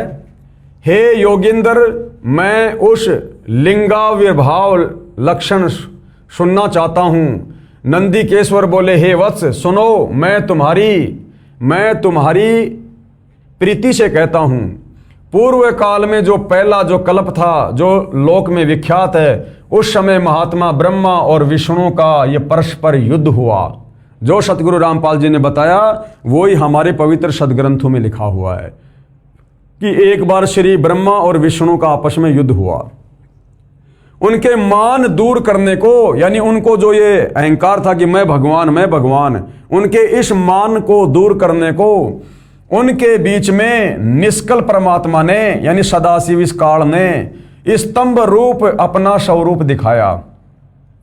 तब जगत के हित की इच्छा से निर्गुण शिव ने, यानी उस काल ब्रह्म ने, उस तेजोमय स्तंभ से अपने लिंग का स्वरूप बनाया, अपने लिंग का स्वरूप बना दिया उस स्तंभ को। और उसी दिन से लोक में वह निष्कल शिव जी का लिंग विख्यात हुआ और उसी दिन से ये पाखंड पूजा, शिवलिंग की पूजा शुरू हो गई। बाद में यहां पर ये संस्कृत लिखी हुई है। सगुण में बेर रूप की कल्पना की गई। देवताओं की वह बेर पूजा इच्छानुसार भोगों को देने वाली है, परंतु शिव का लिंग बेर, भोग और मोक्ष दोनों का देने वाला है। इति शिव महापुराणे, यह बाद में यहां पर यह संस्कृत में लिखा हुआ है। हे नंदिकेश्वर बोले, हे योगिंद्र, आगे एक समय विष्णु भगवान शेष शैया पर अपने गरुड़ आदि पार्षदों संयुक्त लक्ष्मी सहित शयन करते थे, यानी विश्राम कर रहे थे। उस समय ब्रह्म ज्ञानियों में श्रेष्ठ ब्रह्मा जी अपनी इच्छा से ही वहां पर आए। सब प्रकार सुंदर सेज पर शयन करते हुए कमल लोचन विष्णु जी से पूछने लगे, तुम कौन हो जो मुझे देखकर अभिमानी व्यक्ति के समान शयन करते हो? हे वत्स, हे बेटा, उठो, देखो मैं तुम्हारा स्वामी आया हूं। आए हुए गुरु को देखकर जो अभिमान करता है उस द्रोही मूड का प्रायश्चित होना निश्चित है। और यहां पर श्री ब्रह्मा जी को ब्रह्म ज्ञानियों में श्रेष्ठ, और बातें क्या कर रहा है? अहंकार वाली। अब ये सुनकर विष्णु जी के अंतर में, यानी श्री विष्णु जी के हृदय में तो क्रोध हुआ, परंतु बाहर से शांत रहे और बोले, हे वत्स, हे बेटा, तुम्हारा मंगल हो, बैठो इस आसन पर विराजो। इस समय तुम्हारा नेत्र कुटिल और तुम्हारा मुख वक्र क्यों हो रहा है? विष्णु जी बोले ब्रह्मा जी को, तेरा मुंह टेढ़ा क्यों हो रहा है इस समय? क्या बात हो गई? बैठ, शांति से बात करते हैं। ब्रह्मा जी बोले, हे वत्स, यानी हे बेटा विष्णु, तुमको समय के प्रभाव से अभिमान हो गया है। हे पुत्र, मैं तुम्हारा रक्षक और जगत का पितामह हूं। विष्णु बोले, ये तो सब जगत मुझ में स्थित है, तुम चोर के समान किस प्रकार अपना कहते हो? यानी तू क्यों अपने आप को भगवान कह रहा है? भगवान तो मैं हूं। तुम मेरी नाभि कमल से उत्पन्न हुए हो। ये बीच में फिर ये संस्कृत आ गई है, हम सीधा हिंदी पे चलेंगे। तुम मेरे नाभि कमल से उत्पन्न हुए हो, इससे मेरे पुत्र हो। मुझे पुत्र कहना व्यर्थ है। विष्णु जी बोले, तू मेरा बेटा है, मेरे नाभि कमल से उत्पन्न हुआ है, और तू मुझे अपना बेटा कह रहा है, ये गलत बात है। नंदिकेश्वर बोले, इस प्रकार ब्रह्मा विष्णु दोनों ही रजोगुण से मुग्ध होकर विवाद करने लगे।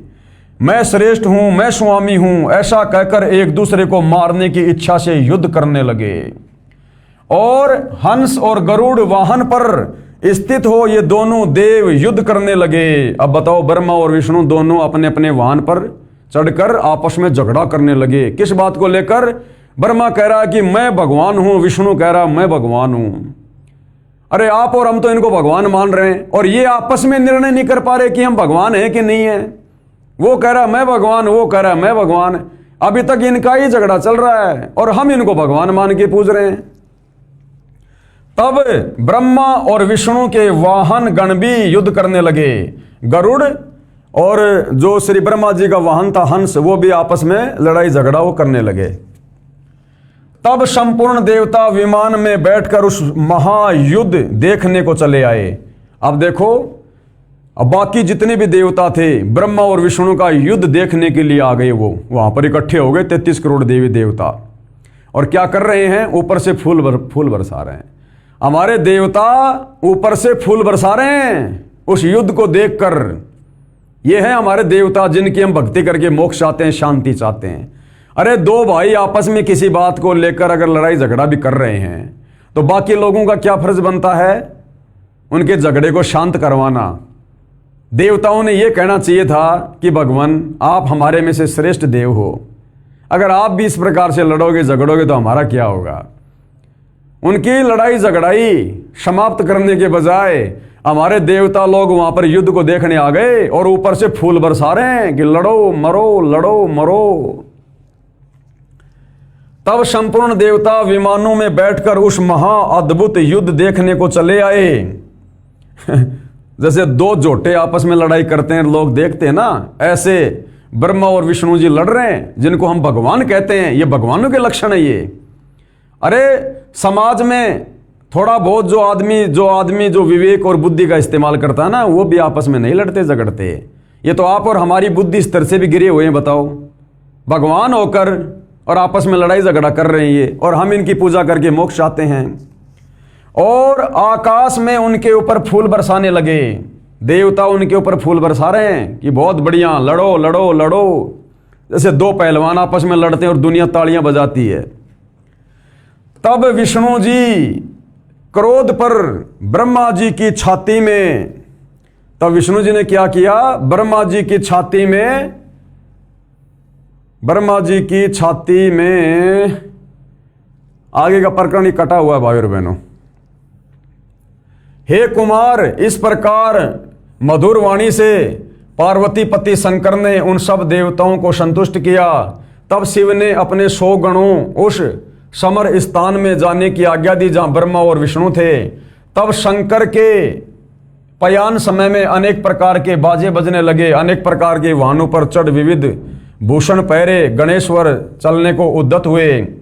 प्रणव के समान आकाश से सर्वत्र व्याप्त पंचमंडल से मंडित भद्र रथ में अंबिकापति गिरीश चढ़े और पुत्र तथा गण भी संग हुए। उस समय इंद्रादि देवता उनके पीछे चलने लगे।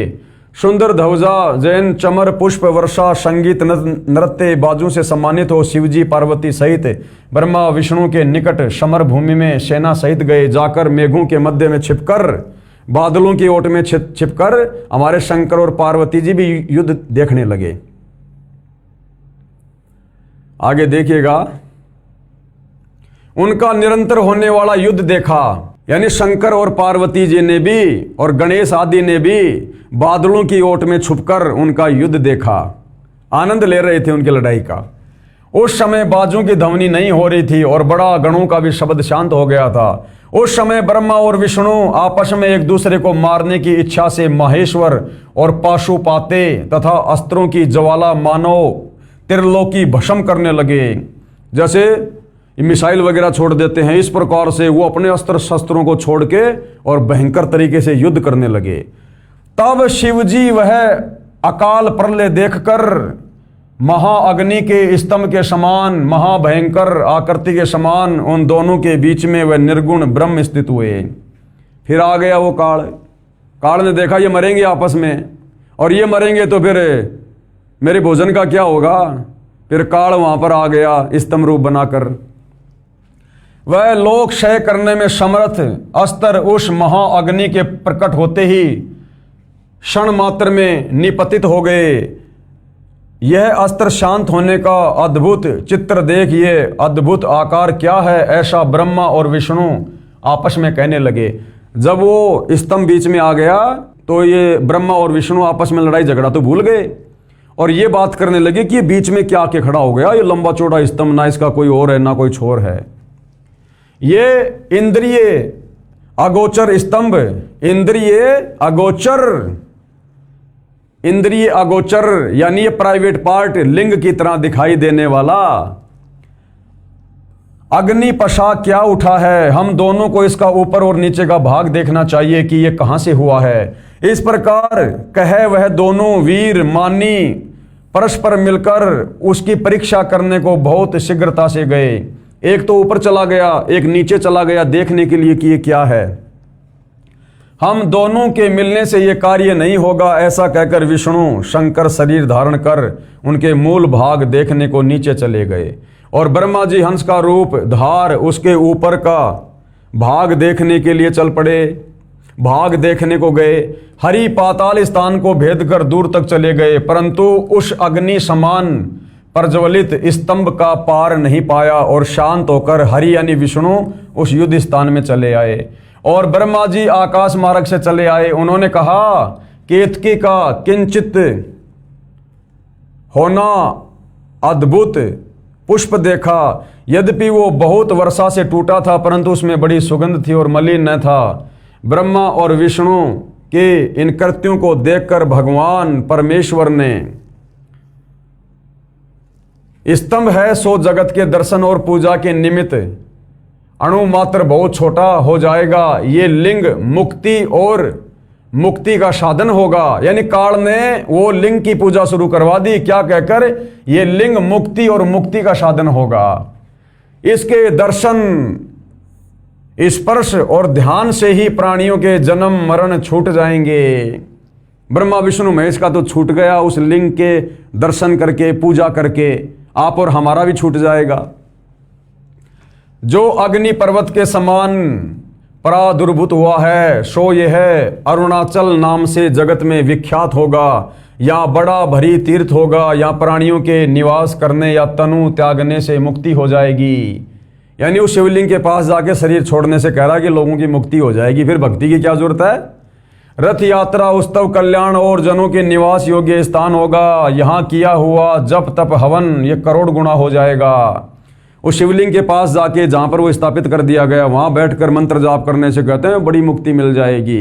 यानी काल ने पाखंड पूजा शिवलिंग की पूजा शुरू करवानी थी, उसने करवा दी। हमारे सब क्षेत्रों से ये श्रेष्ठ होगा, यहाँ मेरा स्मरण करते ही प्राणी मुक्त हो जाएंगे। इस कारण ये क्षेत्र महान और अत्यंत शोभित होगा, सब प्रकार के कल्याणदायक और सब प्रकार मुक्तिदायक होगा। जो यहाँ लिंग में मुझ लिंगेश्वर की पूजा करेंगे उन्हें शालों के सामीप्य शारूप सृष्टि यानी 4 प्रकार की मुक्ति मिलेगी। साजुष्य ये पांचों मुक्ति 5 प्रकार की मुक्तियां ये क्रिया के फलों का प्राप्त हो जाएगी और यहाँ पूजन करने से तुम सबकी मनोकामना प्राप्त होगी। नंदीकेश्वर बोले इस प्रकार भगवान ने यानी उस काल ब्रह्म ने उन नम्र हुए यानी शांत हो चुके ब्रह्मा और विष्णु पर अनुग्रह करके उनके युद्ध में जो परस्पर उनकी सेना मारी गई थी सब उनको अपनी शक्ति से जीवित किया और उठाया, जिस शक्ति में अमृत की धारा रहती है, और उन दोनों की अज्ञानता और वैर को दूर करने के अर्थ दोनों से कहा।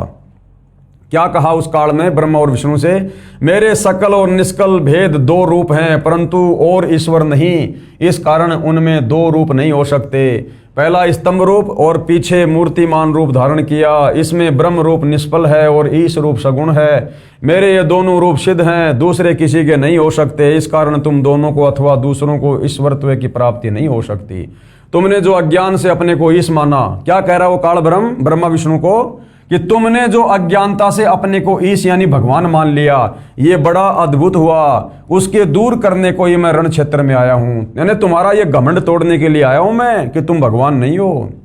अब तुम अपना अभिमान त्याग कर मुझ ईश्वर में अपनी बुद्धि लगाओ, मेरे प्रसाद से लोक में सर्व अर्थ प्रकाश करते हैं। मुझ गुरु के वचन ही तुमको बारंबार प्रमाण है, तुम्हारी प्रीति से ही ये गूढ़ ब्रह्मत्व मैं तुमसे कहता हूं। मैं ही पर ब्रह्म हूं और मेरा ही कल अकल रूप, और ब्रह्म होने से मैं ईश्वर हूं। क्या कह रहा है, मैं ही ब्रह्म हूं और मेरा ही कल अकल रूप है और ब्रह्म होने से मैं ईश्वर हूं।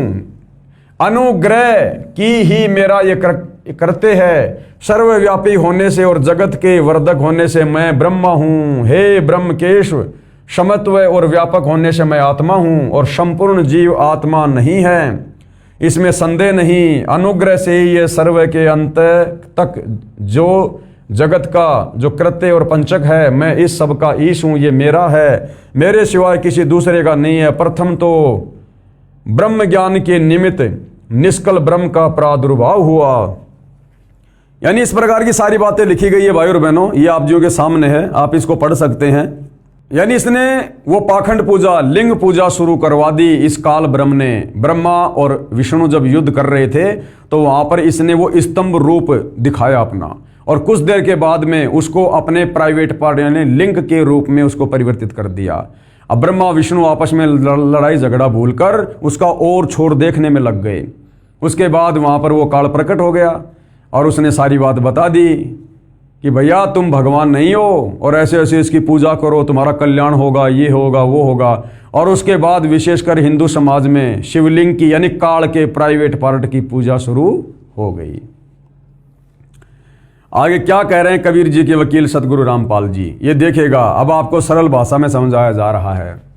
उपरोक्त शिव महापुराण के इस प्रकरण से सिद्ध हुआ कि श्री ब्रह्मा जी, श्री विष्णु जी तथा श्री शंकर जी की माता जी दुर्गा देवी यानी अष्टंगी देवी है, तथा पिता सदाशिव अर्थात काल ब्रह्म है, जिसने श्रीमद् भगवद गीता का ज्ञान श्री कृष्ण जी में प्रवेश करके बोला था। इसी को क्षर पुरुष यानी क्षर ब्रह्म यानी ज्योति निरंजन काल ब्रह्म भी कहा गया है। यही प्रमाण श्रीमद् भगवद गीता अध्याय 14 श्लोक 3 से 5 में भी है कि रज यानी रजगुण ब्रह्मा, सत यानी सतगुण विष्णु और तम यानी तमगुण शंकर, तीनों गुण प्रकृति अर्थात दुर्गा देवी से उत्पन्न हुए हैं। तीनों गुण यानी ब्रह्मा विष्णु महेश, रजगुण ब्रह्मा, सतगुण विष्णु, तमगुण शंकर, ये प्रकृति अर्थात दुर्गा देवी से उत्पन्न हुए हैं यानी जन्म हुआ है। प्रकृति तो सब जीवों को उत्पन्न करने वाली माता है और मैं यानी काल ब्रह्म यानी गीता ज्ञानदाता सब जीवों का पिता हूं। और मैं क्या करता हूं, ये काल ब्रह्म क्या कह रहा है, मैं दुर्गा यानी इस प्रकृति के गर्भ में बीज स्थापित करता हूं यानी पति पत्नी व्यवहार से उत्पत्ति करता हूं, जिससे सबकी उत्पत्ति होती है।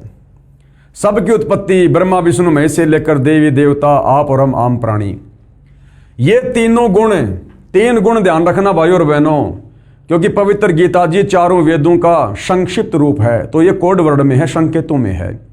तो जहां पर भी ये तीन गुण आते हैं, ये त्रिगुणी माया का नाम आता है, तो समझ जाना रजगुण ब्रह्मा, सतगुण विष्णु, तमगुण शंकर, ये तीनों देवता हैं और ये तीनों गुण हैं। ये तीनों गुण यानी रजगुण ब्रह्मा, सतगुण विष्णु तथा तमगुण शिव ही जीव आत्मा को यानी आप और हम मानव शरीरधारी इन प्राणियों को शरीर में बांधते हैं, यानी सब जीवों को काल के जाल में फंसा कर रखने वाले ये ही तीनों देवता हैं। ये ब्रह्मा विष्णु महेश सब जीवों को काल के जाल में फंसा कर रखते हैं, जिनको हम भगवान मानकर पूजा कर रहे हैं। अरे जो हमें फंसा रहा है उसकी पूजा करने से हम कैसे मुक्त हो जाएंगे। अब जैसे कोई कसाई है 10-20 बकरे ले आया, वो बकरे अगर उस कसाई की पूजा करेंगे तो कैसे बचेंगे, वो तो लाया उनको काटने के लिए है। तो ब्रह्मा विष्णु महेश का कार्य अपने पिता काल ब्रह्म की उस प्रेरणा से हम जीव आत्माओं को इन कर्म बंधनों में बांध कर फंसा के रखने का है, तो इनकी भक्ति से हमारी मुक्ति नहीं हो सकती। ये ही तीनों देवता हैं और यही प्रमाण गीता अध्याय 7 श्लोक 12 से 15 में है कि जिनकी बुद्धि तीनों गुणों यानी रजगुण ब्रह्मा, सतगुण विष्णु तथा तमगुण शिव से मिलने वाले क्षणिक लाभ तक सीमित है कि ब्रह्मा विष्णु महेश हमें कुछ लाभ देंगे, यानी जिनका ज्ञान हरा जा चुका है, यानी जो ब्रह्मा विष्णु महेश की भक्ति करते हैं। गीता जी अध्याय 7 श्लोक नंबर 12 से 15 में गीता ज्ञानदाता काल ब्रह्म, ब्रह्मा विष्णु महेश यानी तीनों गुण रजगुण ब्रह्मा, सतगुण विष्णु, तमगुण शंकर, इन तीनों की पूजा करने वाले को 4 गालियां दे रहा है। वे राक्षस स्वभाव को धारण किए हुए यानी ब्रह्मा विष्णु महेश की पूजा करने वाले, तीनों गुणों की पूजा करने वाले लोगों को काल ब्रह्म क्या कह रहा है, वे राक्षस स्वभाव को धारण किए हुए मनुष्यों में नीच दूषित कर्म करने वाले मूर्ख हैं जो मुझे यानी गीता ज्ञानदाता को भी नहीं भजते, यानी मेरे ओम नाम की भक्ति भी नहीं करते, जो गीता जी और चारों वेदों की सर्वश्रेष्ठ भक्ति है वो भी नहीं करते। ये तो ब्रह्मा विष्णु महेश की भक्ति कर रहे हैं, उसी की पूजा कर रहे हैं, जिससे इनका कोई भला कोई मुक्ति नहीं होने वाली। विशेष श्री शिव पुराण के विद्वेश्वर संहिता खंड 1 अध्याय 9 के श्लोक 40 और 46 तथा अध्याय 5 के श्लोक 26 से 31 की फोटोकॉपी ऊपर लगी है, जो अभी हमने देख ली है। इनमें कहा है कि काल ब्रह्म ने क्या कहा है कि जीवों को जन्म मृत्यु के चक्कर में रजगुण ब्रह्मा, सतगुण विष्णु तथा तमगुण शिव, ये तीनों गुण यानी तीनों देवता डालते हैं। जीवों को जन्म और मरण के चक्कर में यही तीनों देवता बांध के रखते हैं, रजगुण ब्रह्मा, सतगुण विष्णु, तमगुण शंकर। अपना बचाव कर रहा है कौन? ये काल अपना बचाव कर रहा है। ब्रह्मा विष्णु महेश के ऊपर डाल दिया सारा कूड़ा करकट कि ये तीनों देवता भाई जो तुम लोगों को कर्म बंधनों में बांध के रखते हैं। और बंधवा कौन रहा है? ये काल। तीनों देवताओं को एक एक गुण से युक्त इस काल ने कर रखा, अपने भोजन के लिए, अपने स्वार्थ के लिए, लेकिन बुराई अपने सिर नहीं ले रहा, इन तीनों के ऊपर डाल रहा है कि जीव आत्माओं को कर्म बंधनों में ये ब्रह्मा विष्णु महेश ये तीनों गुण ही डालकर रखते हैं, फंसा कर रखते हैं। यह काल ब्रह्म इस प्रकार कपट युक्त कार्य करता है, धोखाधड़ी करता है। ये गीता अध्याय 7 श्लोक 12 में इसी ने कहा है कि जो कुछ तीनों गुणों यानी रजगुण ब्रह्मा से उत्पत्ति, सतगुण विष्णु से स्थिति तथा तमगुण शिव से संहार हो रहा है, इसका निमित्त मैं हूं। यानी मुख्य जो कर्ता धरता है 21 ब्रह्मांड में हम जीव आत्माओं को जन्म और मरण के चक्कर में डाले रखने के लिए, ये मुख्य कारण काल ब्रह्म है। इसी काल ब्रह्म के एक एक गुण से प्रभावित होकर ये ब्रह्मा विष्णु महेश अपना कार्य कर रहे हैं। विष्णु जी के सतोगुण के प्रभाव से जीवों की स्थिति, ब्रह्मा जी के रजोगुण के प्रभाव से हम संतान उत्पत्ति करते हैं, और तमगुण शंकर जी के तमोगुण के प्रभाव से आपस में लड़ाई झगड़ा, मार पिटाई वगैरह। तो मूल कारण कौन है? ये काल ब्रह्म है।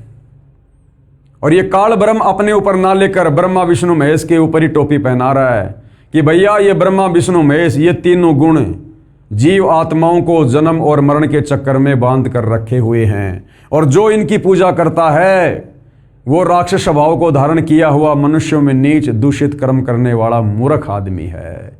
यानी गीता जी में ब्रह्मा विष्णु महेश की तीनों गुणों की पूजा करने वालों को 4 गालियां दी गई है। अब देख लो भाई और बहनों, जनता की अदालत में जनता के सामने कबीर जी के वकील सतगुरु रामपाल जी ने हिंदू धर्मशास्त्रों को दिखाकर सब कुछ क्लियर कर दिया है। परम अक्षर ब्रह्म कौन है? परम अक्षर ब्रह्म कबीर देव, कबीर परमात्मा, सारी सृष्टि के मालिक है। परम अक्षर ब्रह्म यानी कबीर जी ने यथार्थ ज्ञान अपनी प्रिय आत्मा संत गरीबदास छुड़ाने वाले को बताया।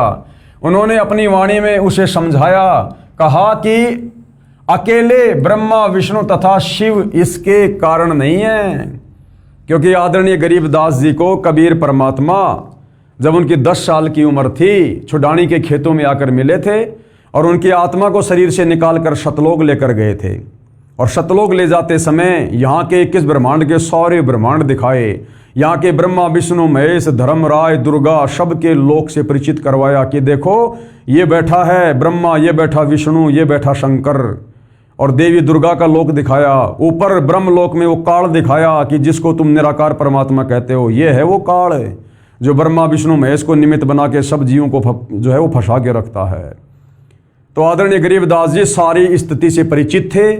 परमात्मा फिर सतलोक ले गए, फिर उनको सतलोक दिखाया, वहाँ कितने ठाट बाट है, कितने सुख हैं। और उसके बाद गरीबदास जी का ज्ञान योग खोला।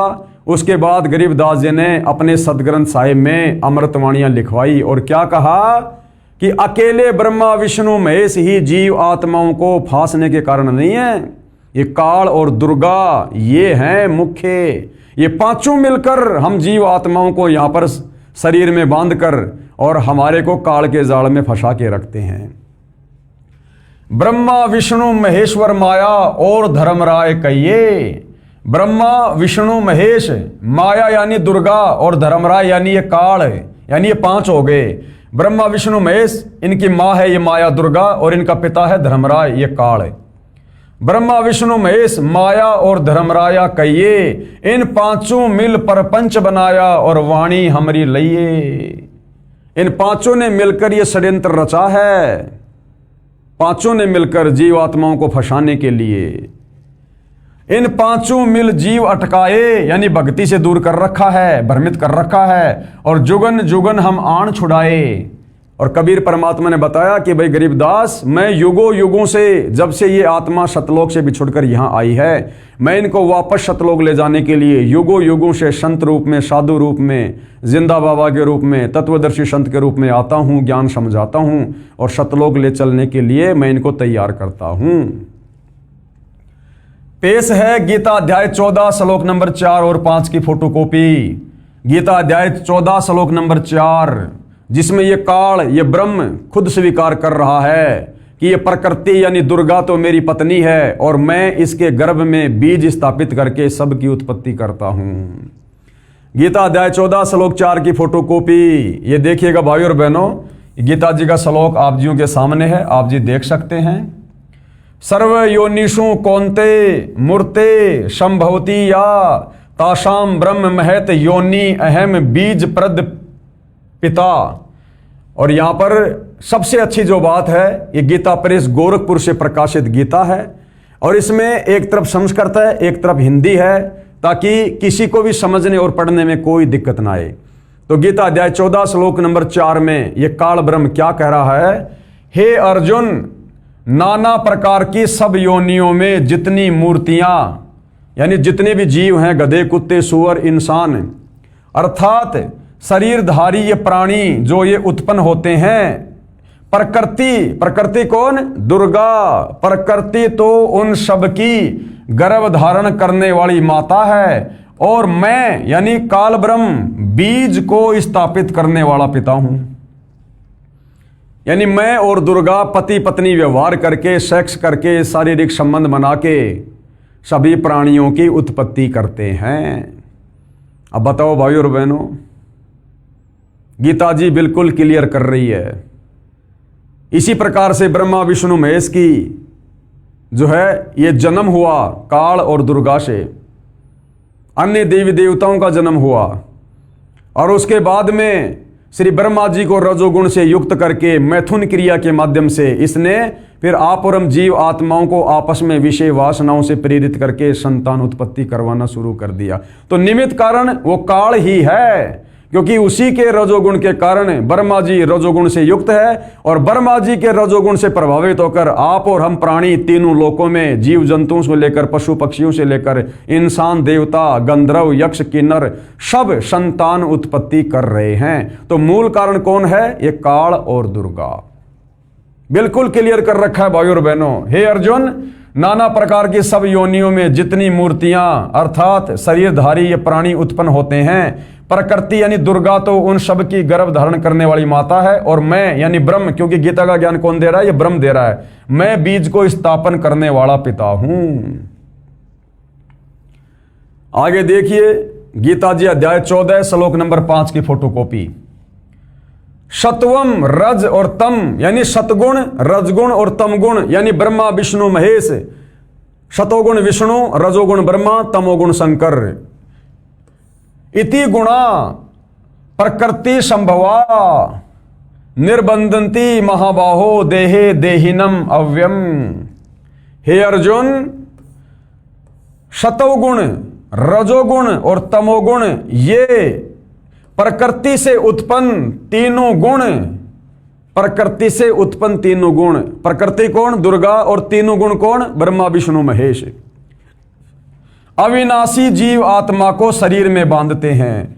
आप और हम सभी जो आत्माएं जो सतलोक से आई थी, हम सब अविनाशी हैं, आत्मा कभी नहीं मरती।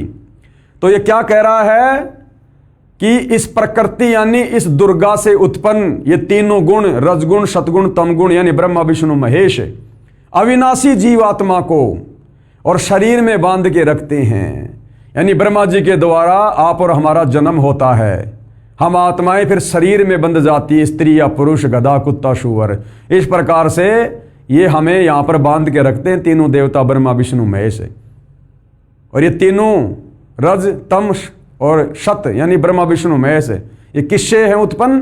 प्रकृति से उत्पन्न, प्रकृति से उत्पन्न।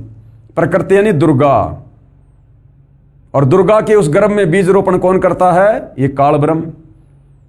तो ब्रह्मा विष्णु महेश के माता पिता कौन हुए? दुर्गा और काल। और दुर्गा और काल ने ब्रह्मा विष्णु महेश के माध्यम से हम सबको यहां पर कर्म बंधनों में बांध रखा है। और वो कबीर परमात्मा दयालु परमेश्वर शतलोक से चलकर तत्वदर्शी संत के रूप में धरती पर प्रकट होकर हमें यथार्थ शास्त्र अनुकूल ज्ञान बताकर आप और हमें सत भक्ति देकर इसी कर्म बंधन से मुक्त करवाकर शतलोक ले चलने के लिए आता है, जिस सतलोक में जाने के बाद फिर कभी लौट कर हम संसार में वापस नहीं आते, जिसके विषय में यही गीता ज्ञानदाता काल ब्रह्म अध्याय 18 श्लोक 62 में कह रहा कि अर्जुन तू सर्वभाव से उस परमेश्वर की शरण में जा, यानी अपने से अन्य उस सुप्रीम गॉड परम अक्षर ब्रह्म कबीर देव के लिए कह रहा है कि तू सर्वभाव से यानी सब पूजा पाठ छोड़कर उस परमेश्वर की शरण में जा तत्वदर्शी संत के माध्यम से। फिर तू कभी संसार में लौटकर वापस नहीं आएगा, कभी भी फिर तू इन कर्म बंधनों में नहीं बंधेगा, तू सदा सदा के लिए मुक्त हो जाएगा, शतलोक चला जाएगा। यही सच्चाई 600 साल पहले कबीर जी ने बताई थी, जो आज सब ग्रंथों से प्रमाणित हुई, जो इस प्रकार है। अब यही सारी की सारी सच्चाई भाई और बहनों जो हमारे हिंदू धर्म ग्रंथ बता रहे हैं, हमारे धर्मशास्त्र बता रहे हैं, यही सारी की सारी सच्चाई आज से 650 साल पहले कलयुग के प्रथम चरण में सन 1398 में कबीर परमात्मा शतलोक से चलकर लहर तारा तालाब पर कमल के विकसित फूल पर प्रकट हुए। उसके बाद लीला करते हुए बड़े हुए और 120 साल तक अपना ज्ञान दिया। यही सारी बातें अपनी साधारण भाषा में कबीर वाणी में, जिसको सूक्ष्म वेद 5वां वेद कहते हैं, जो कबीर सागर है, उन्होंने बोला, 120 साल तक समझाया। लेकिन उस समय हम अनपढ़ थे, शिक्षा का अभाव था, केवल हमारे धर्मगुरु यानी ब्राह्मण लोग ही शिक्षा प्राप्त किया करते थे और हमारे सभी धर्मशास्त्र संस्कृत में थे, जिस कारण से हम इनको पढ़ नहीं सकते थे। और जैसा इन ब्राह्मणों ने हमारे को बताया वैसा ही हमने स्वीकार कर लिया। और उस समय कबीर परमात्मा सरेआम और यही बातें जो आज हमारे धर्मशास्त्रों में लिखी हुई हैं, दुर्गा को लेकर, काल ब्रह्म को लेकर, ब्रह्मा विष्णु महेश को लेकर, जन्म मरण को लेकर, यही गीता का ज्ञान अपनी कबीर वाणी में बोला करते थे। लेकिन हमारे नादान धर्म गुरुओं ने देखा कि ऐसे तो हमारा धंधा चौपट हो जाएगा। आंखों सच्चाई देखकर जो कबीर परमात्मा कहते थे, देखो फला अध्याय में फला श्लोक में ये लिखा है, आंखों देखने के बाद भी ये धर्मगुरु, ये पंडित, ये ब्राह्मण जनता के सामने कबीर जी को झूठा साबित कर दिया करते थे कि कबीर झूठ बोल रहा है। और कहते थे कि कबीर को क्या पता इन शास्त्रों में क्या लिखा है, कबीर तो जुलाहा है, ये तो अनपढ़ है, इसको संस्कृत भाषा का पता ही नहीं है।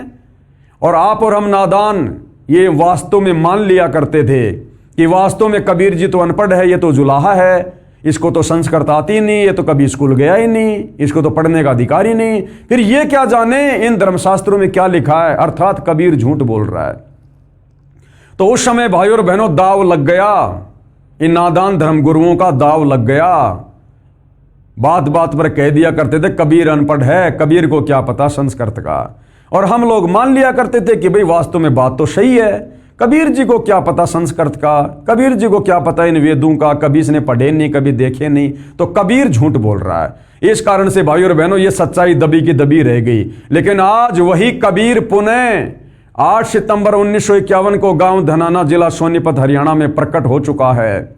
सन 1994 से अपने यथार्थ 13वें कबीर पंथ की शुरुआत करके जन जन तक ज्ञान पहुंचा दिया है। ये धर्मशास्त्र लिख दिए हैं, सच्चाई जनता के सामने पेश कर दी है। आज वो दाव इन नादान धर्मगुरुओं का नहीं लगेगा। क्यों? क्योंकि आज उस कबीर भगवान सतगुरु रामपाल जी ने आप और हमें शिक्षित कर दिया है। आज हम अपनी आंखों से धर्मशास्त्रों में लिखी सच्चाई देख सकते हैं, पढ़ सकते हैं, समझ सकते हैं। आज हम किसी के बहकावे में नहीं आएंगे। तो भाई और बहनों आज ये ज्ञान जन जन तक जाएगा और जा चुका है और आने वाले समय में विस्फोट होगा। पूरा विश्व इन नादान धर्म गुरुओं को धिक्कारेगा, दुत्कारेगा और अपनी आत्मा के कल्याण के लिए सतगुरु रामपाल जी की शरण में आकर शत भक्ति करेगा।